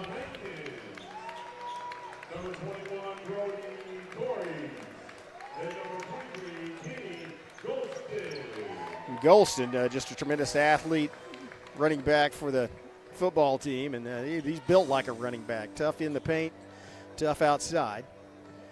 And Michael Tuck, just a veteran three-point shooter. These teams have played, all these guys, are actually, I believe 9 of the 10 of them are returning starters from last year's MC-6 tournament. And so experience, they're used to this venue, they're used to playing each other. And it's going to probably come down to execution for these teams, pretty evenly matched as far as talent goes.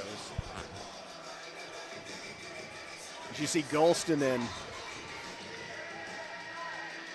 Brame shaking hands at center court.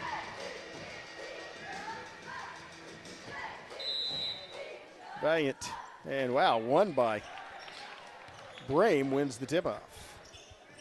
And they quickly rotate into the offense as it's to Brame, and he almost gets it, does get it stripped, going back the other way, and here's a move down, and it's knocked loose. That was a great defensive effort, no foul, as just got a hand on the ball. And so it's going to be inbounded by the Bulldogs. Quickly inbounded to Tuck, and then they'll rotate it around.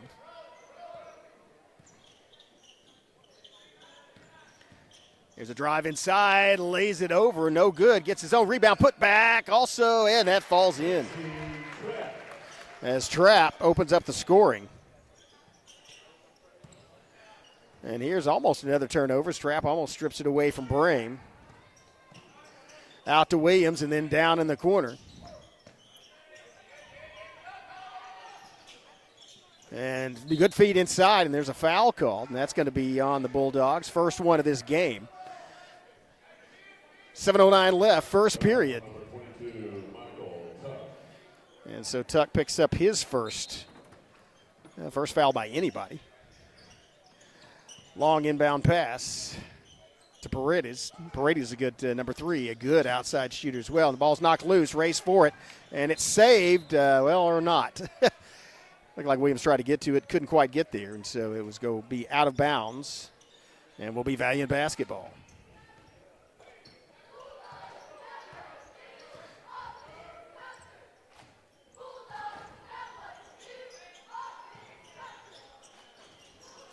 Shot tipped back out.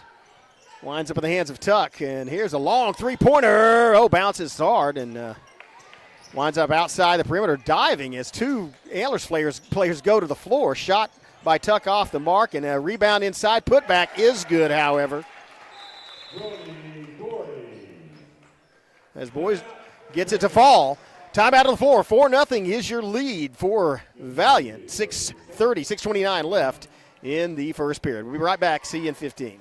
This Savage live stream is made possible through contributions from Bailey Lumber Company, The Broken Tiki, Kiamichi Family Medical Center, Evan Smalling State Farm Insurance, McCurtain County Propane, Choctaw Landing, and McCurtain County National Bank. Yeah, welcome back. Quick start for the Bulldogs as they have a huge advantage in offensive boards as they had about 3 or 4 putback opportunities. As a result, lead 4-0. Of course, Antlers more of a three-point shooting team, and if they get hot from outside, watch out. Antlers being contested at the perimeter. Oh, feed inside, and a ill-advised one as it goes off the mark and winds up going out of bounds. That'll give the ball to the Bulldogs.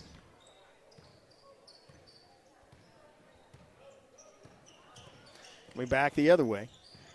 It's going to be Tuck looking for a three-pointer. Decides not to shoot it.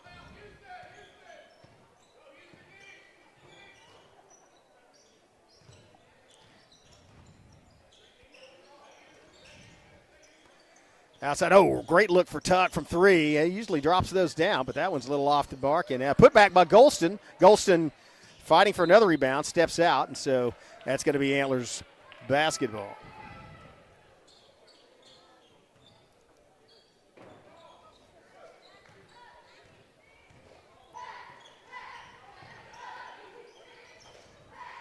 Rotate around Moore, the freshman, in. Quickly gets it out, and it's a move inside. A finger roll does not fall. Pulled down by Valliant. 5:20 left, first period. Valliant with a 4-0 lead, and here's Golston driving the lane with the leaner, and that's going to be a charge call. Good job staying your ground. Yes. That's Golston's first foul, second team foul on the Bulldogs. 4-0 lead for Valliant. Bearcats with the ball, and a floater from inside rolls in. As McGee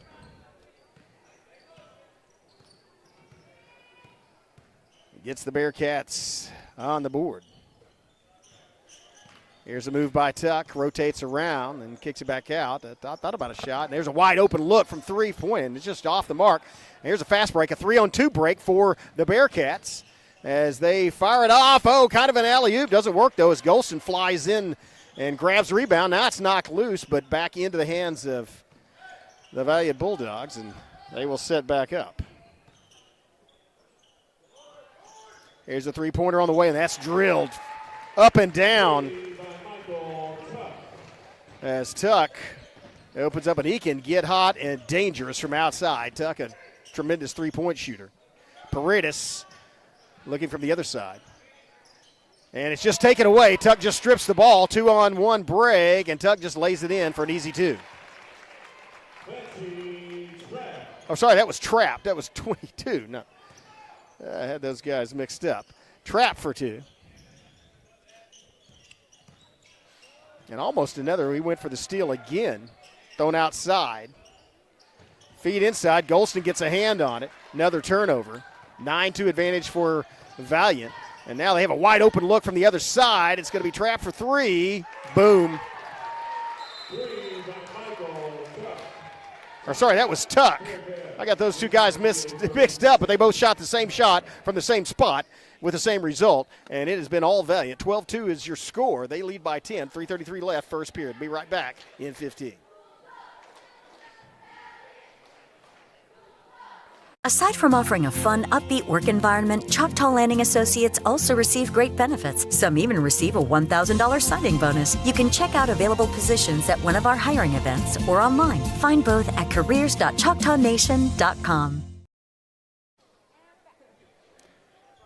Yeah, the Bulldogs dominating so far in this first period as a little over 4 minutes. Almost 4.5 minutes played. They put 12 points on the board and have only allowed 2. And also have basically a 4-1 advantage in rebounding. And that has been a key stat so far, well, along with turnovers. As the Bearcats try to get back into this basketball game, and there's another turnover caused, and that one went out off, it looked like possibly off the hands of Trap.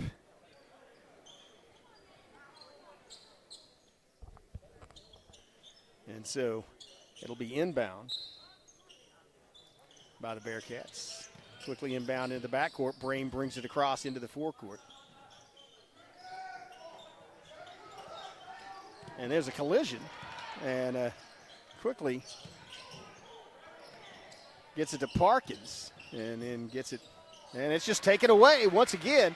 Here comes Tuck for the lay-in. Or sorry, that's Trap again.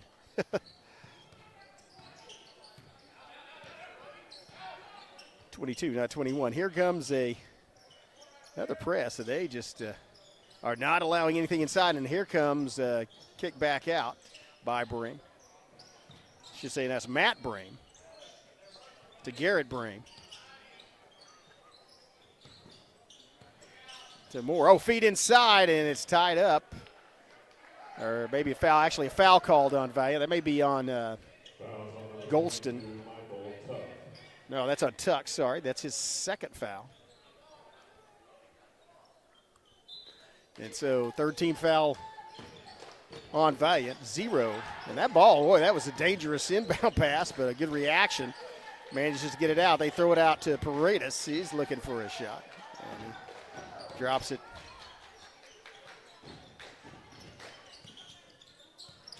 Back outside. Now it's stolen by Trap.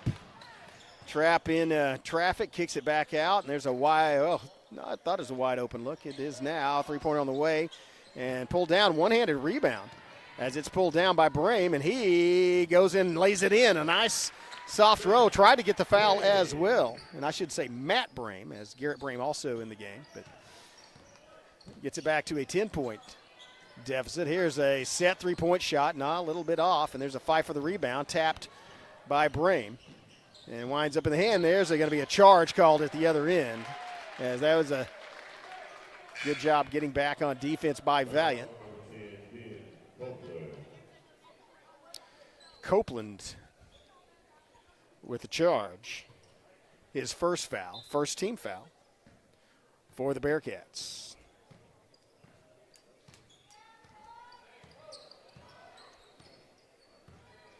Slowly bringing it up, and then they get it to Golston. Golston makes contact inside. That's a foul. And the Antlers bench doesn't agree with that, as they thought McGee was set. But he picks up the foul, and so gives Golston the opportunity to get 2 from the free throw line. First shot, no good. Second opportunity coming up.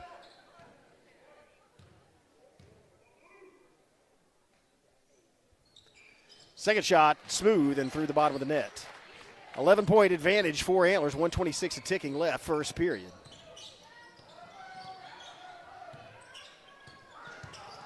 As out to McGee on the wing, McGee can't save it. Mishandling the basketball has really cost the Bearcats thus far in this first period, as they've turned over a couple of opportunities, and as a result, they trail by 11. As a result of that, plus great shooting and teamwork by Valliant, and Valliant dominating the offensive boards. And here's a drive inside, bounce pass, and Golston gets blocked, but foul by Brame on the shot, and so that's going to send Golston back to the free throw line. Garrett Brame with the foul that time. Oh, sorry, that's Copeland.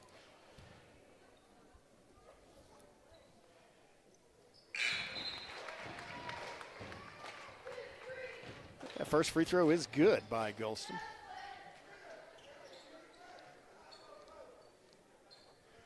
Copeland goes out.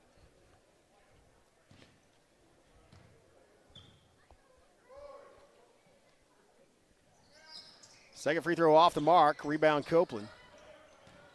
I thought Copeland went out. No, I'm sorry. Rebound McGee. And now it's Matt Brame bringing it up with under a minute left. His team's in trouble. They trail by 12. Like to do something about that, as it's a pass outside, and now it's going to be a foul called. As McGee was driving to the basket, got collided with.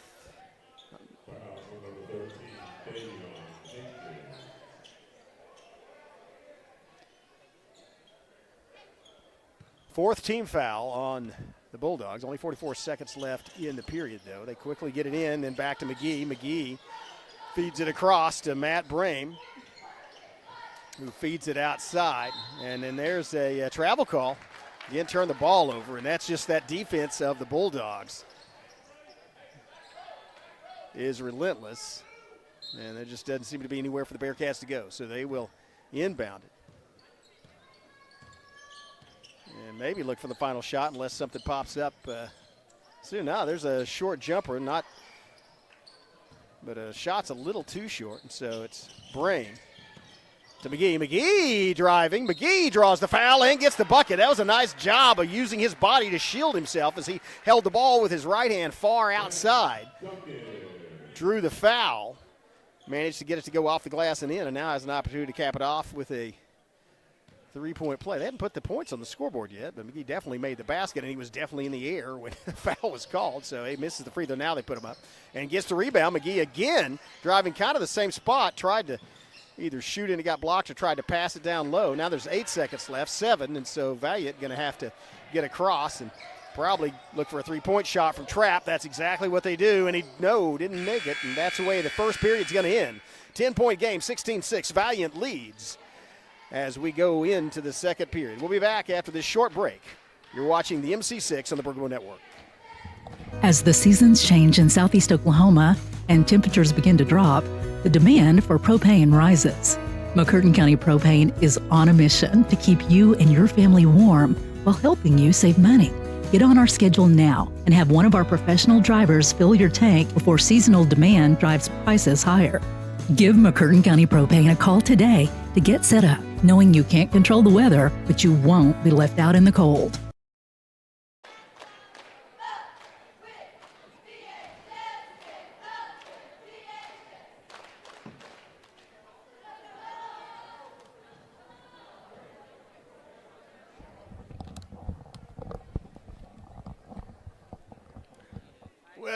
Well.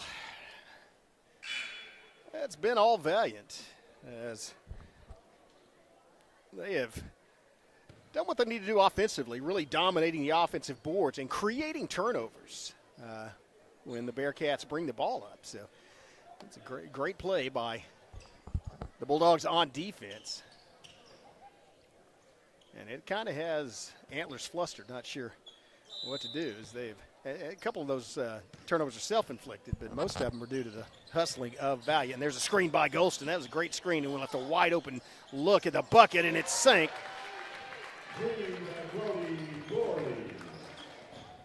As Boys gets another tray, and that was just that was a design play. And here's almost another turnover, and that's Brame. Brame, no, nice feed inside. He kicks it back out to Copeland, but then it's loose, and there's another turnover. Here's going to be a 1-on or 2-on-1 break, and that's a travel call. Tried to get a little ahead of himself or try to do the spin move, but you can only take one step. You can't take 2 steps unless you dribble the basketball. And so on the spin, he took 1 too many. Gives the ball back to Antlers. Here's a bounce pass. Matt Brame, and here's kicks it out to Lowe, and fight inside. A great rebound, as that was Tuck that went up and got the rebound, and now it's the Bulldogs going to bring it down, feed inside. Golston, turnaround jumper from Golston, does not fall. Fight for the rebound. Tuck in there, gets it to Golston. Nice job rebounding it, and then it's going to be, Boyce doesn't quite get it off the glass, and then it's fed quickly to Lowe. Bounce pass. And then the spin move by McGee, and he kicks it back out to Brame. Brame talking to McGee, drives the lane, lays it in, and it falls. Nice finger roll. As Brame gets it back to an 11-point deficit, 19-8, 6:34 left first half. Yeah, they screen it off and leave a nice lane inside. Drive was slapped. Man, that was a block. That's a good block inside by Williams. And then another finger roll. Brame can't quite get it this time. Tries to tip it back. It's rebounded by the Bulldogs. And Valiant's going to slow things down and then maybe speed it up. Here's a 3-point shot. A wide open look. Does not fall for him, though. Yeah, Low with the rebound. Then quickly to Matt Brame. Brame, long bullet pass out. And here's a pass to Brame, top of the key, kicks it back out to Lowe, throws it over. 3-point shot on the way, does not fall. Rebound, Golston.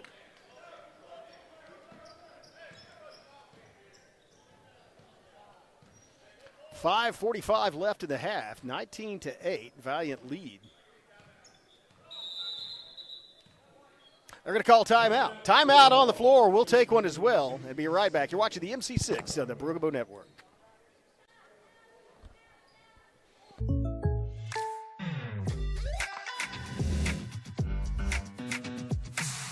If you want the real deal, call State Farm agent Evan Smalling in Broken Bow today.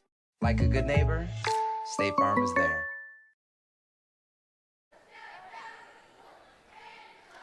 Hey, you see Valliant talking things over there. There are cheerleaders on the floor as well. And Antlers Bearcats stymied by the defensive play for the most part. Offensive boards, but also just have turned the ball. Again, I don't have a running track of that stat, but I think at least 10 times the Antlers just turned the ball over due to hustling or a couple of times just had it stripped by Valliant. And normally when that happens, especially, well, I guess at the offensive or defensive end, if you're at the offensive end and you get the ball stripped, then likely you're going to have a break on. It's your guys are out on offense, not back on defense, and then on the other side, if you're on the defensive end, you get it stripped. When I say defensive end, I mean you're back in your end, and it means a lot of times an easy shot because you're back near your goal. Here's a drive, bounce pass, Golston inside. Golston goes up, and he got called with a charge. So that's going to be the third foul on Golston. Oh, no, second foul on Golston. Sorry, just the second. First team foul. First foul by either team this period. As aggressive they're playing, that didn't seem like it was that. Wow, they're clean. Oh, nice feed down underneath, and McGee goes up strong and lays it off the glass.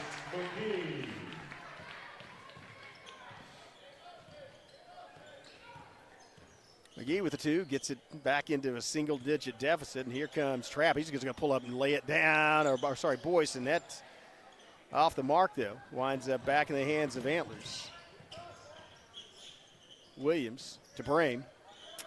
Tell you what, they really haven't let Brame have any looks from the top of the key where he was deadly last year. And here's a drive inside, and that's going to be a charge. Or sorry, that's going to be the bucket and the blocking foul. So Copeland gets the points and the foul. He will go to the line. Just the second team foul on the Bulldogs. 19-12, opportunity to cut it to 6 here, and he does. Back to a 2-possession game. Courtesy Mr. Copeland. And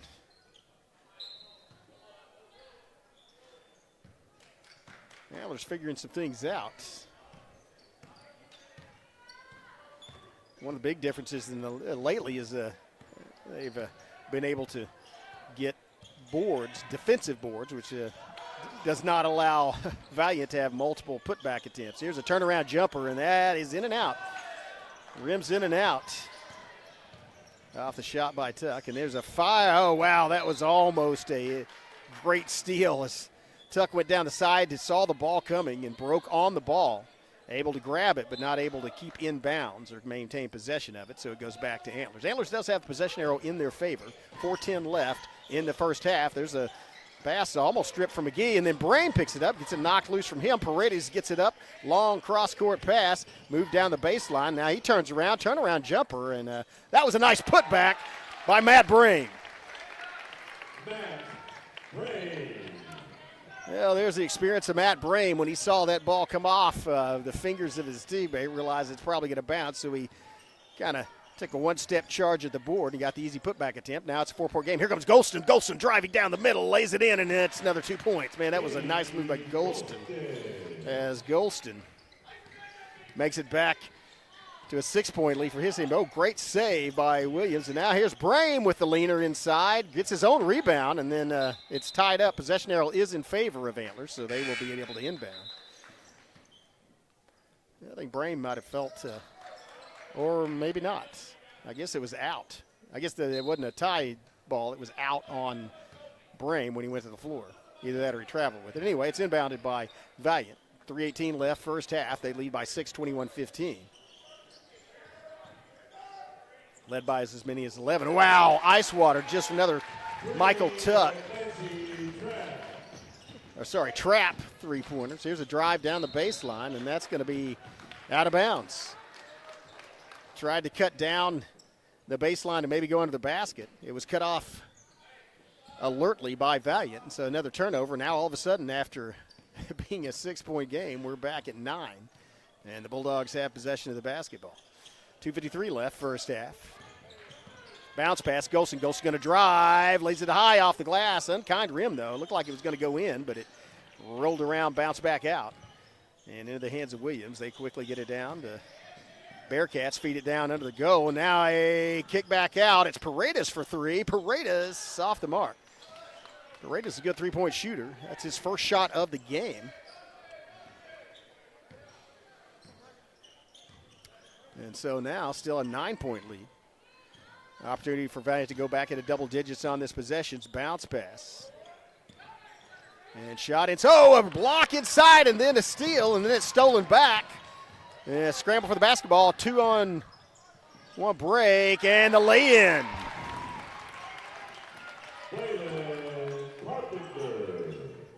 Carpenter gives the Bulldogs an 11-point lead. And here's a three-pointer at the other end. Maybe ill-advised as he was behind the rim. Back in the corner, behind the backboard actually. And a feed inside, Golston lays it up and in. That was a quick reaction as Golston, upon getting the ball, immediately left his feet, turned around, laid it off the glass and in. Now it's 13, biggest lead of the game for Valliant, who have led throughout. And here's a steal by Trapp. Ball knocked out of bounds. Quick hand out there by Paredes. And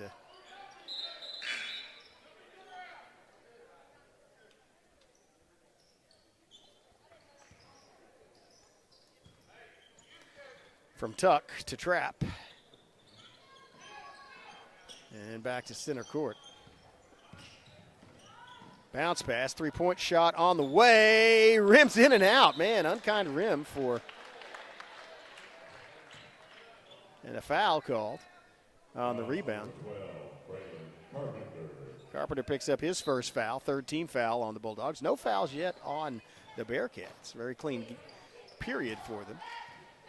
There's only a minute left until halftime. Long pass, cross court to the wing, feed inside, turnaround jumper, fall away, does not fall though.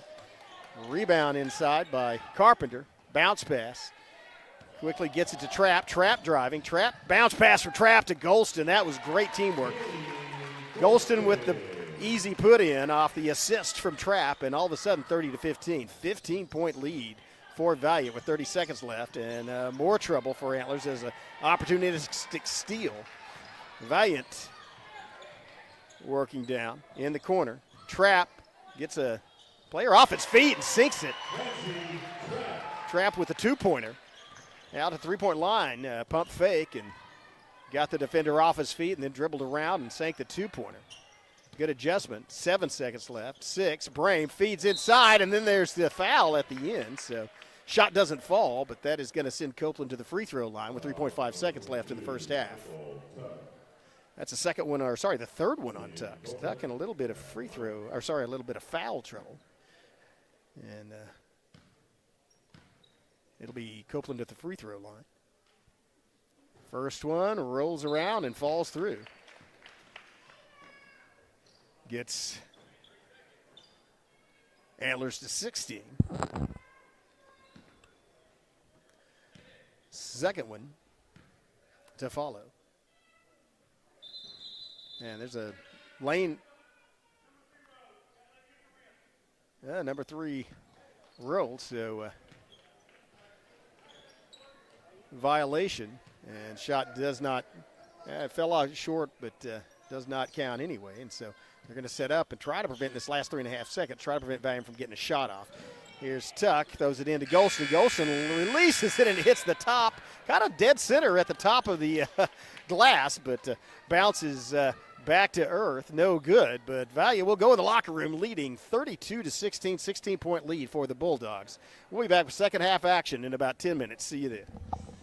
Something special is coming to Hochatown that could mean something special for your career. Choctaw Landing is looking to fill lots of great positions, so we need great people like you. Aside from offering a fun, upbeat work environment, Choctaw Landing Associates also receive great benefits. Some even receive a $1,000 signing bonus. You can check out available positions at one of our hiring events or online. Find both at careers.choctawnation.com. Choctaw Landing. All we're missing is you.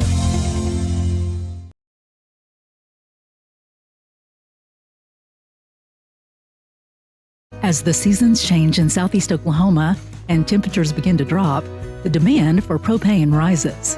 McCurtain County Propane is on a mission to keep you and your family warm while helping you save money. Get on our schedule now and have one of our professional drivers fill your tank before seasonal demand drives prices higher. Give McCurtain County Propane a call today to get set up, knowing you can't control the weather, but you won't be left out in the cold.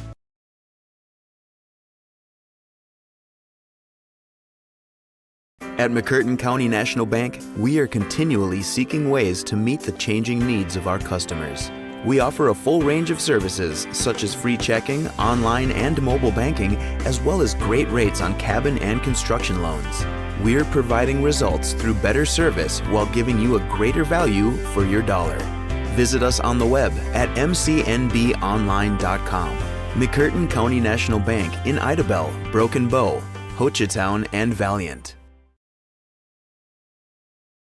They've been supporting the Savages for a very long time. Bailey Lumber Company, a family-owned tradition in Broken Bow for over 80 years. Located just 5 miles east of Broken Bow, they're your go-to destination for all your lumber needs with everything you'd expect from a big store, with the added charm of hometown service and competitive pricing. Need your materials delivered? Bailey Lumber Company will help you with convenient delivery options. Bailey Lumber Company, supporting the Savages.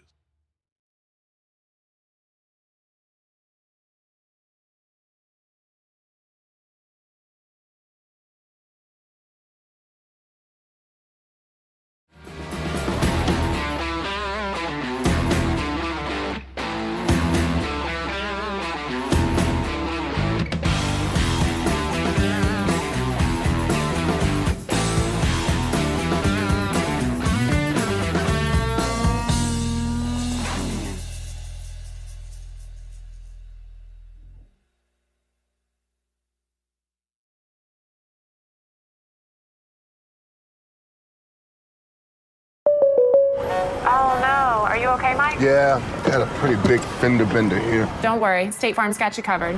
That's great to hear. Robin, what's going on? We're going to get you a tow truck, Mike. Thank you. Real fender bender going on. Fender bender. Fender bender. Fender bender. Fender bender. Everybody remain calm.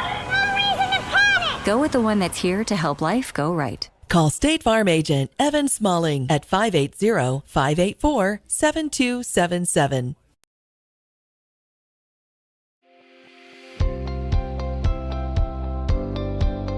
Welcome to Kiamichi Family Medical Center, where our family cares for your family. We're proud to serve our communities in Southeast Oklahoma. Our mission is to provide extraordinary care in a medically underserved area and always put the patient first. We are a nonprofit community health center which offers a sliding fee discount on our services. Our patients are also eligible for discounted prescription drugs through the 340B drug pricing program. We offer a large range of services including primary and preventative care, pediatric care, behavioral health, as well as dental care. Between our 4 sites spanning across McCurtain County and into Choctaw County, we have 11 medical providers, a licensed clinical social worker, and dental providers. Our connections across the state of Oklahoma and the tri-state area allow us to connect our patients to specialists and provide them with a high level of care. Call any of our clinics today to schedule your appointment. Kiamichi Family Medical Center, family caring for family.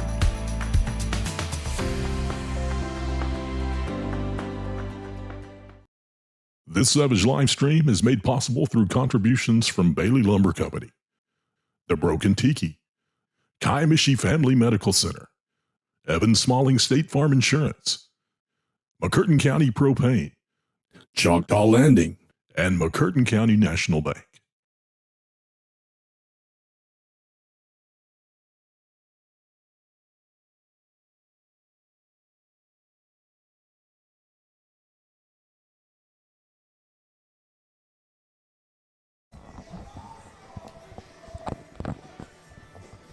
Yeah, welcome back, and going to the second half. Bulldogs with a dominant lead, 32-16, exactly double the point production of the Antlers Bearcats. The Bearcats have their work cut out for them, and one of the things they're going to certainly have to do is figure out how to stop those turnovers caused by that defensive effort of the Valliant Bulldogs, and they just excel at creating turnovers when you get into their end. Again, it's not a full court press either. It's just once you cross that line, you are in trouble. And so Sorrells to inbound to start off things in the second half. Into Brame. And back to Sorrells, finds it inside. And a move inside. McGee lays it off the glass. No good, off hands of Copeland. And controlled by the Bulldogs.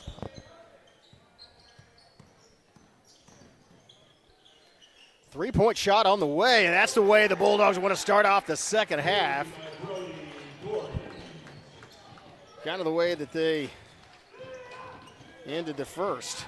And that is scoring from outside the perimeter. Huge statement has come right out of the locker room and do that. Now Brame tries to answer and does not. Ball falls short. Rims out. Rebound. Bulldogs.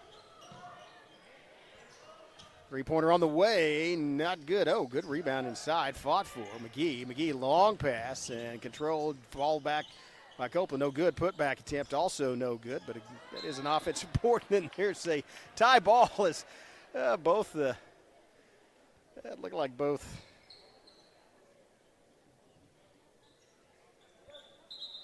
Copeland and Tuck were holding on to it and both moving at the same time. So possession arrow was in favor of Valliant, so they will control.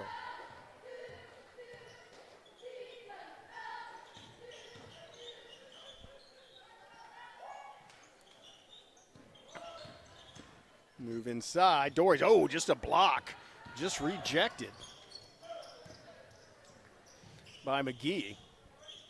So McGee with the block, and then a strip at the other end. And here's a 2-on-1 break, and it's going to be laid up. Second guy. That's good teamwork. That's Hankins with the follow-through. extends the lead to 21. And that's a big momentum coming out of the locker room as right off the bat, they sink a three-pointer. The shot's a little short and falls down into the hands of the Bulldogs. Headed back the other way. Bounce pass. I thought about shooting another bounce pass from Tuck to Dory. Oh, inside and ran into a player again. They were both set, but managed to keep his feet. And then there's maybe a foul at the other end, and that's going to be the first one of this half. So that's going to go against Trapp. Feet inside under the bed, and there's a rejection on the other end. That's a block. A clean block from Dories. As it's work inside, bounce pass, Golston. Golston gets, that's actually a foul on McGee, I believe. It is on McGee. His second first-team foul of this half. Wasn't the active shooting, so it does send Golston to the free throw line. That bounces right off the front end of the hoop. And back to Golston, no good. 5:15 left, third period, 39-16. Huge lead as second shot also falls. No good. And into the hands of McGee. McGee working off the dribble. McGee penetrating, lays it up and off. There's a offensive board, and then a short set shot is good from outside by. And there's a timeout on the floor. 39-18 is your score. Valliant in control. Almost midway through the third period. We'll take a quick timeout and be right back. You're watching the MC-6 on the Brookwood Network. Aside from offering a fun, upbeat work environment, Choctaw Landing Associates also receive great benefits. Some even receive a $1,000 signing bonus. You can check out available positions at one of our hiring events or online. Find both at careers.choctawnation.com.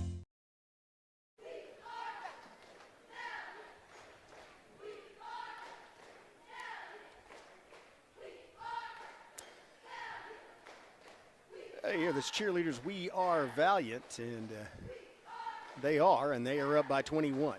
Excellent play coming out of the locker room in the second half as they went on a 7-0 run to start it off. And now the Bearcats of Antler answered with their first point almost 3 minutes into the second half. 5:01 left, third period. Yeah, to 18, but Valliant making a statement as they came out and sank a three right off the bat.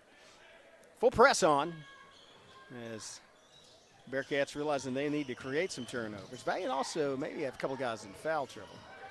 And the press gets it across to Golston. I should say Kenny Golston. There are two. His brother also play. I think it's his brother. It's number 30. But here's a pass down the corner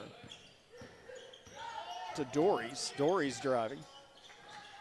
Gets cross, three-pointer on the way, short, rebound. As they feed it outside, rebound. And pass to Golston goes through his legs, and then a foul by, I believe, Dories called as he collided with McGee. It is on Dories. That will be his second team foul as well.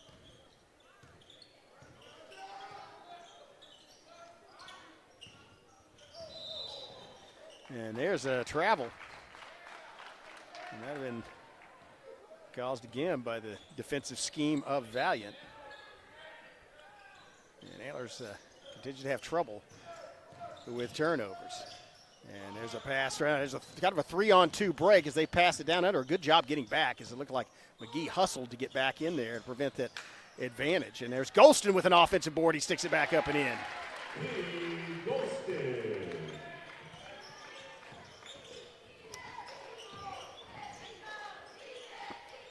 Now, It's Sorrells, and then passes across.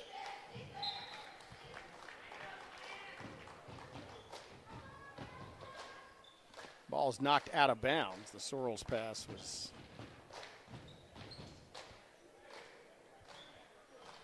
I believe intended for Gordon.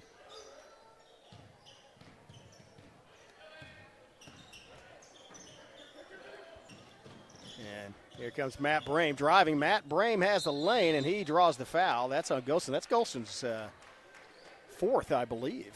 Foul on number 23, Golston. Nope. Sorry. That's his third.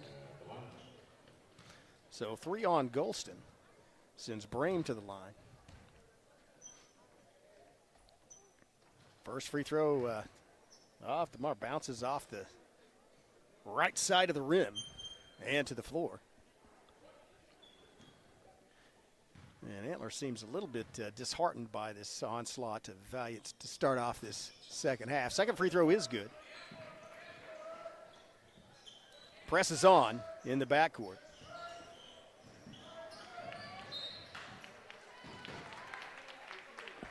And they're going to create it.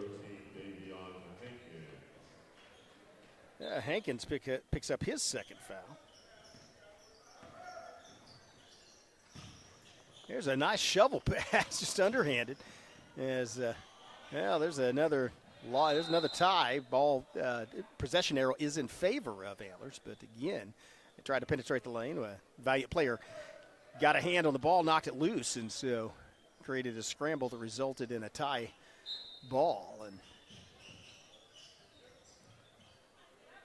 defensive, and theirs is just a steal off the inbound. Defensive Valliant causing all kinds of trouble for the Bearcats. Whereas that's a quick hand. Timeout on the floor. We'll take one as well and be right back. You're watching the MC-6 on the Broken Bow Network.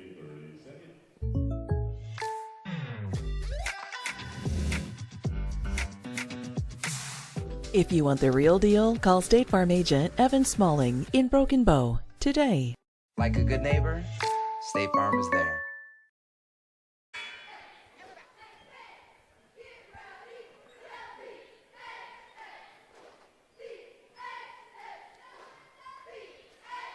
Yeah, there are the Bulldogs huddled up, and a lot of things happening right for them tonight. As they have a commanding 22-point lead with 3:15 left in the third period. Another way to look at that is with 11:15 left in the game. And if Antlers wants to have any chance of winning this, they're going to have to get back and score points quickly. But one of the main things is prevent turnovers. They've created a few themselves since they've gone to this press, and also have a couple of the Valliant players in foul trouble. But things starting to look a little sketchy for the Bearcats as far as a W on opening night goes. Valliant really just needs to control the ball, not turn it over, and stretch out their possessions, and they can cruise to a win. A lot of basketball left to play, though. Let's see what happens. Into the forecourt.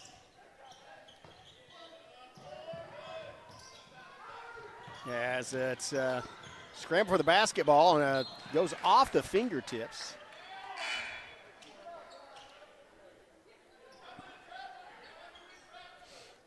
As Antlers trying to get to the basketball, but that pass, I didn't see a white jersey around it. I think that might have been an error on Valliant's part, but luckily for the Bulldogs.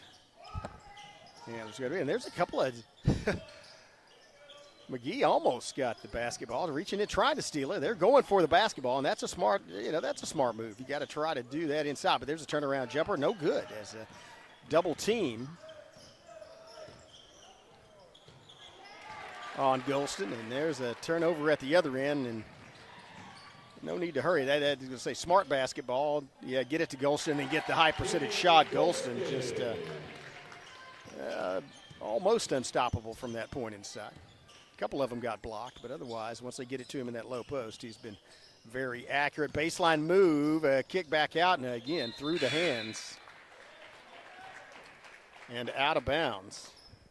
That's a little symbolic of the night, as intended for Gordon, and it just almost, but not quite. Coming back the other way, press is on. Yeah, still in the backcourt. Valliant, they do get across the timeline, but then Tuck picks up his dribble. And now it's Golston. Feeds it to Hankins, and he lays it in and gets the foul and the points. That's going to send Hankins to the free throw line. And he gives it. That's the 45th point for the Bulldogs, and they've held their opponent to just 19. Tremendous third period of play defensively for Valliant as came out of the locker room. They had 32. They put 13, but Antlers had 16. They've only scored 3 points so far in the second half. That's some defensive mastery by the Bulldogs. Hankins' first free throw rolls off, no good. Rebound.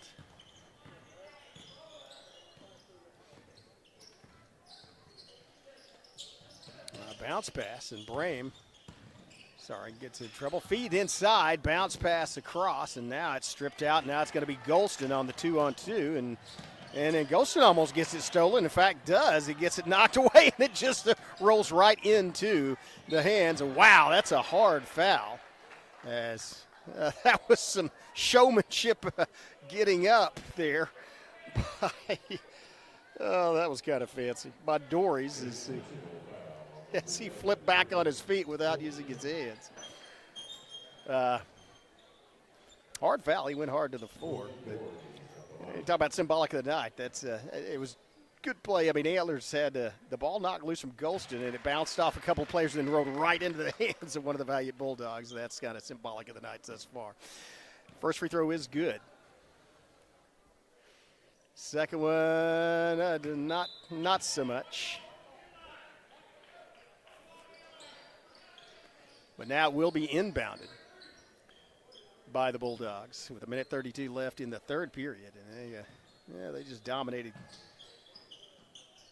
the entire second half. Here's a long three-point shot, not long enough, and goes off the hand. It's saved into Golston. A tremendous save over there, though. I think that was and there's a foul. Or no, there's a travel call. Sorry.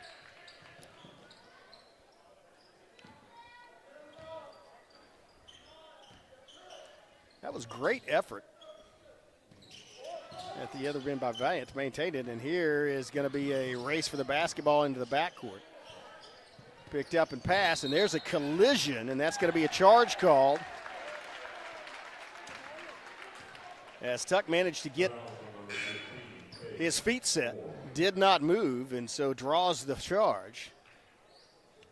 And that gives the Bulldogs back the basketball with 1:10 left in this period. And almost insurmountable lead the way things are going so far. Passing back out to Tuck. Then back to Dories. Dories shot way off the mark. But rebound inside and put back. Falls through. Second chance opportunity for Trapp.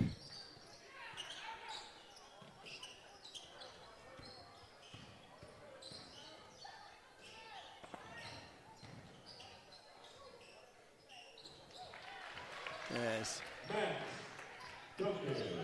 Copeland adds two and gets his team across the 20-point mark. Press is still on, easily broken that time. Trapp to Hankins to Trapp. Trapp has another open look from three-point line and does not get it to fall. 20 seconds left. Bearcats may opt for the last shot or not, may take what they can get. Passed out in traffic, top of the key, wide open look. Oh, just can't make it fall. Almost stripped on the rebound, and now it's to Trapp, and now it's Hankins goes back across the court, but it was knocked loose. The shot got off in time, but falls short. However, that was a tremendous third quarter of play as the Bulldogs outscored, what was it? That was just a great performance. 8 minutes left in the game, and they have a 27-point lead. So we'll take a quick break here from our sponsors. We'll be back with the final period of this Game 4, Day 1 of the MC-6 tournament. See you. As the seasons change in southeast Oklahoma and temperatures begin to drop, the demand for propane rises. McCurtain County Propane is on a mission to keep you and your family warm while helping you save money. Get on our schedule now and have one of our professional drivers fill your tank before seasonal demand drives prices higher. Give McCurtain County Propane a call today to get set up, knowing you can't control the weather, but you won't be left out in the cold.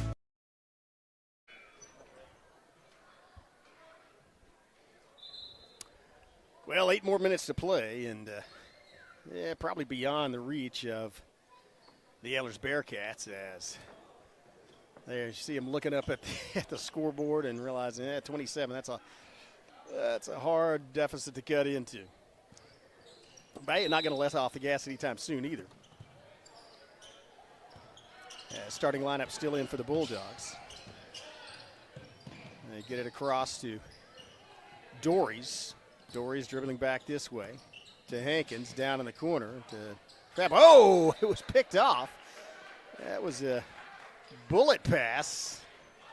They tried to get it under there, and it was intercepted but out of bounds, so they will have the inbound play. Trying to get the ball to Golston down there in that post again. He's been almost unstoppable once he gets the ball down in there, so their best defensive bet is to prevent him from getting the ball. As they kick it out to Tuck. To Hankins, to Tuck. Dory's wide open in the corner. He can take another three-point shot, and he does, and it doesn't sink it though. Quickly, Sorrells taking it coast to coast, and Sorrells backs out. Traveled. Well, I say he backs out, but he did not dribble on that back out, and so that's traveling, and that turns the ball over, and that's the way things have fallen. Got to hand it, though, to Valliant. As I said, he backs out. That was kind of a wide open break. He was running, really fast as he could, and there were already 2 defenders back there for Valliant. They hustled back on defense and did not allow it. Here's a move down the baseline, cut off. Kicked back out to Hankins. Hankins rotates around. Kicks to the other side to Tuck, and then cross-court pass, and they'll kick it. Oh, no, he goes in, tries to get it. It's the putback by Golston. The other Golston. And so that's at the half-century mark. 50 points for Valliant, just 21 for their opponent.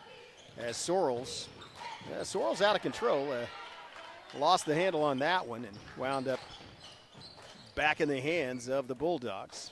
Trying to steal it, does not do so. And here's Tuck driving the baseline. Tuck feeds, looked like maybe, I can't tell who he fed down there. Was it Golston? I don't know. Anyway, ball knocks out. It goes out of bounds off an Antlers player, and so will be inbounded.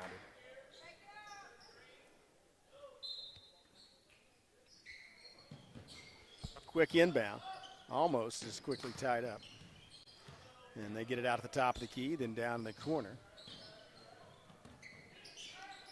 And now it's Tuck thought about taking a three-pointer and then feeds it in to Golston in the paint. Spin move, double spin move. Golston gets it swatted slightly and winds up back in the hands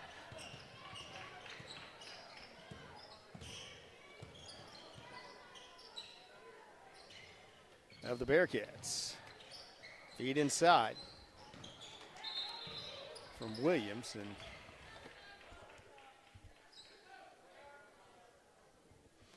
look like they're going to have a timeout to throw the ball in.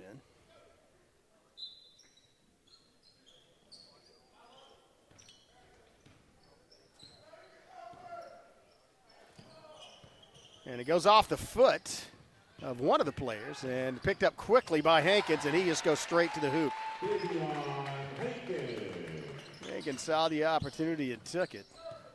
Accelerated and did a pretty good job. Had 2 defenders. It wasn't just an easy lay-in, as he had to go up challenged by 2 Bearcats and managed to lay it in anyway.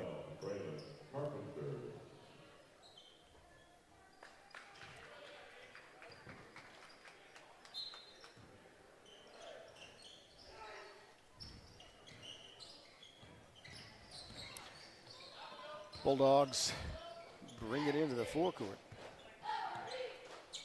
Here's a bounce pass inside. Goes up and lays down.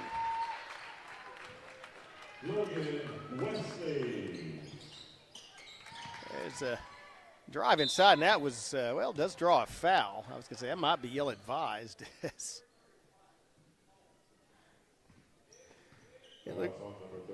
It looked like Beasley was trying to drive between 4 white jerseys there. Did manage to pick up a foul, though, so who am I to say don't do that? There's we're trying to get a quick point off the inbound, and that was effectively blocked by Hankins. There's a drive and laying off the glass, spins, rims back out, fight for the rebound, bounces off about 4 hands, and then a hard to the floor. Goes out off of Bulldog.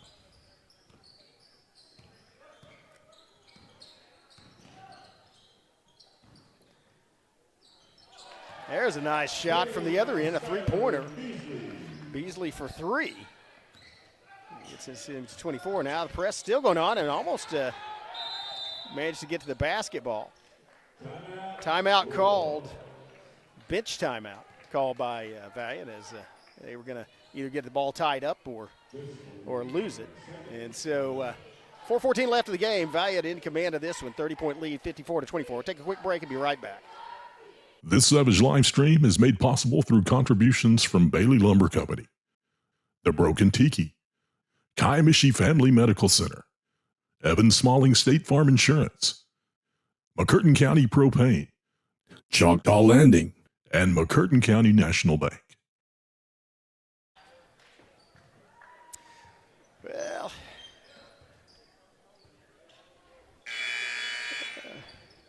I'd say a valiant effort on the part of Antlers and a valiant victory on the part of the Bulldogs. As they're gonna walk away with this one after. It was kind of tight at the very beginning, but it's been a Valliant dominated game since the second period, pretty much. And they've done what they needed to do here. Bounce pass inside, bounces back out, and then the fall-away jumper, a grab, rebound, throws it up, doesn't fall, another putback. That's 2 offensive boards and results in another 2 points for Valliant. Down at the other end. It's going to be Fowler. Cross-court pass from Fowler right in front of the bench, but does not get it to a teammate, at least not one that's in bounds, and so that's going to be inbounded by the Bulldogs. 3:37 left. As we mentioned, they've switched the games around, but still, we got 4 on the schedule for tomorrow, starting at 4 o'clock with day 2 girls bracket. Please join us on the Brookbo Savages Network for those games. Bounce pass.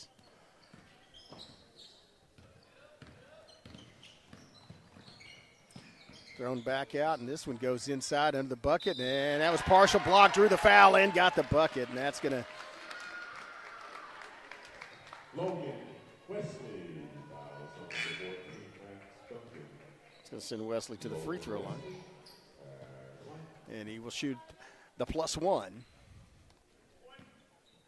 58 points already. See if he can get him closer to 60. He does not, but there's maybe a lane violation on the. It is a lane violation, and so wouldn't have counted had it gone through. Will be inbounded by Antlers. Another timeout. We'll take one as well. Be back in 15. You're watching the MC-6 tournament on the Brookbo Network. Aside from offering a fun, upbeat work environment, Choctaw Landing Associates also receive great benefits. Some even receive a $1,000 signing bonus. You can check out available positions at one of our hiring events or online. Find both at careers.choctawnation.com.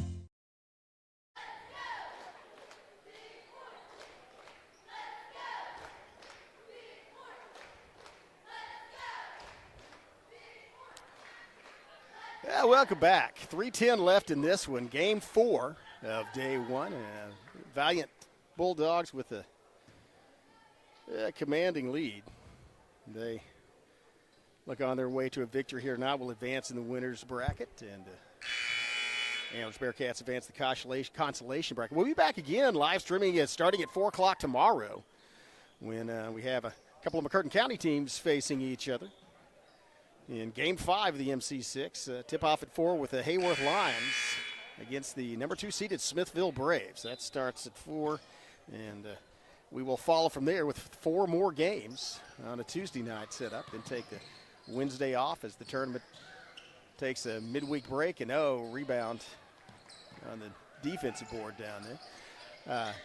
And they'll be back with 4 games on Thursday, semifinals on Friday, and then the championship day, as we will be broadcasting all 6 games on Saturday, all day, beginning at, I believe, 11 a.m.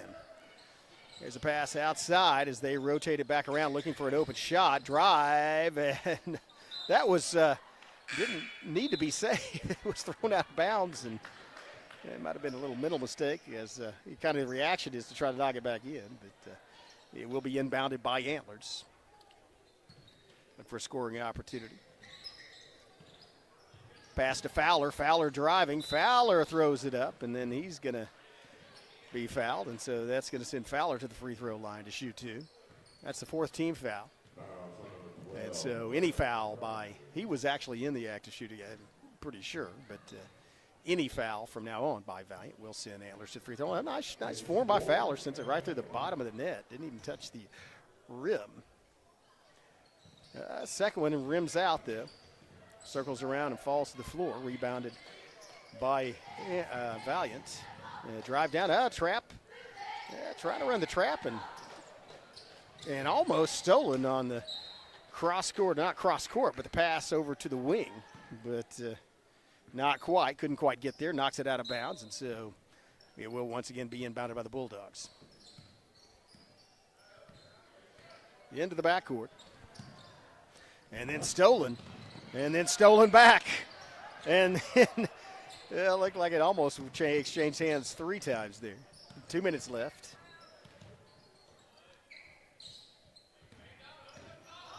As Bulldogs working for a shot inside. Feed down inside on the low post turnaround. Trying to look for the jumper, and he goes across. Put back is no good. Second offensive board. Third time's a charm. As Wesley gets another bucket from down low. And that gets the Bulldogs to 60 with a minute and a half left.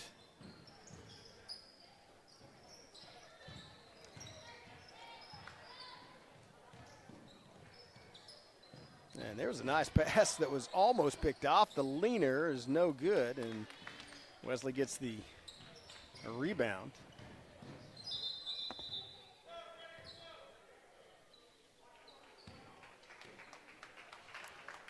And so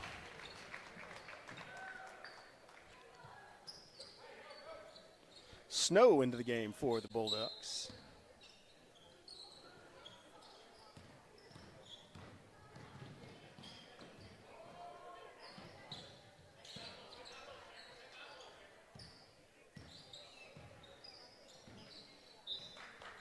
And the turnover.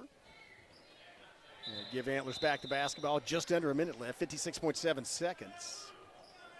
As Blue calls timeout. We're going to stay right here and talk over this schedule for tomorrow.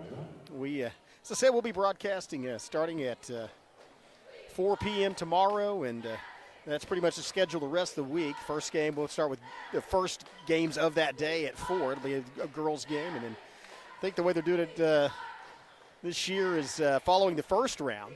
On Thursday, it will be ladies' night. All the girls' teams will be playing in those semifinal and consolation bracket semifinal games on Thursday, followed by the boys on Friday here, and then championship Saturday, when we'll bring you all 6 games. The consolation finals for the boys and girls, the third-place games for the boys and girls, and then both the championship games, which will culminate on Friday evening here in Broken Bow. I'm proud to be able to bring you again this 2024 John Ryan MC-6 tournament, and appreciate the sponsors. If you see them, thank them. Tell them you like watching these games from home or re-watching them on YouTube, and the opportunity to participate in these McCurtain County athletics. And we have, I know we have people watching from, I'd say all over the country, but all over the world. There's a couple of people outside the United States that watch this channel regularly, including some servicemen stationed, well, just wherever the U.S. military may happen to be, which is all over the world pretty much.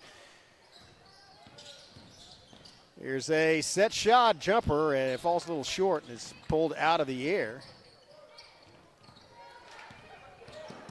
Quickly get it across the court and down to Christopher, except a little bit outside the reach of Christopher on the pass, and so turnover goes back to Valliant.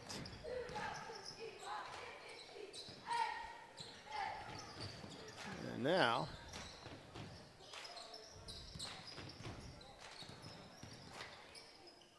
there's a three-point shot on the way. Does not fall. 13 seconds left. 5 for the rebound. And they get it out down to Christopher with a shot right at the end, the lay-in, and that's going to be it. 62-25 final score. Valliant wins it going away, and they will advance in the championship bracket and play in the semifinals on Friday night. We'll see you again. Thanks for joining us. We'll see you again tomorrow. Tune in starting at 4 o'clock when we bring you day 2 of the MC-6 tournament. On behalf of everybody here at the Broken Bow Savages YouTube network, I'm Chris Chandler. We will see you tomorrow. Thanks. This Savage live stream is made possible through contributions from Bailey Lumber Company, The Broken Tiki, Kiamichi Family Medical Center, Evan Smalling State Farm Insurance, McCurtain County Propane, Choctaw Landing, and McCurtain County National Bank.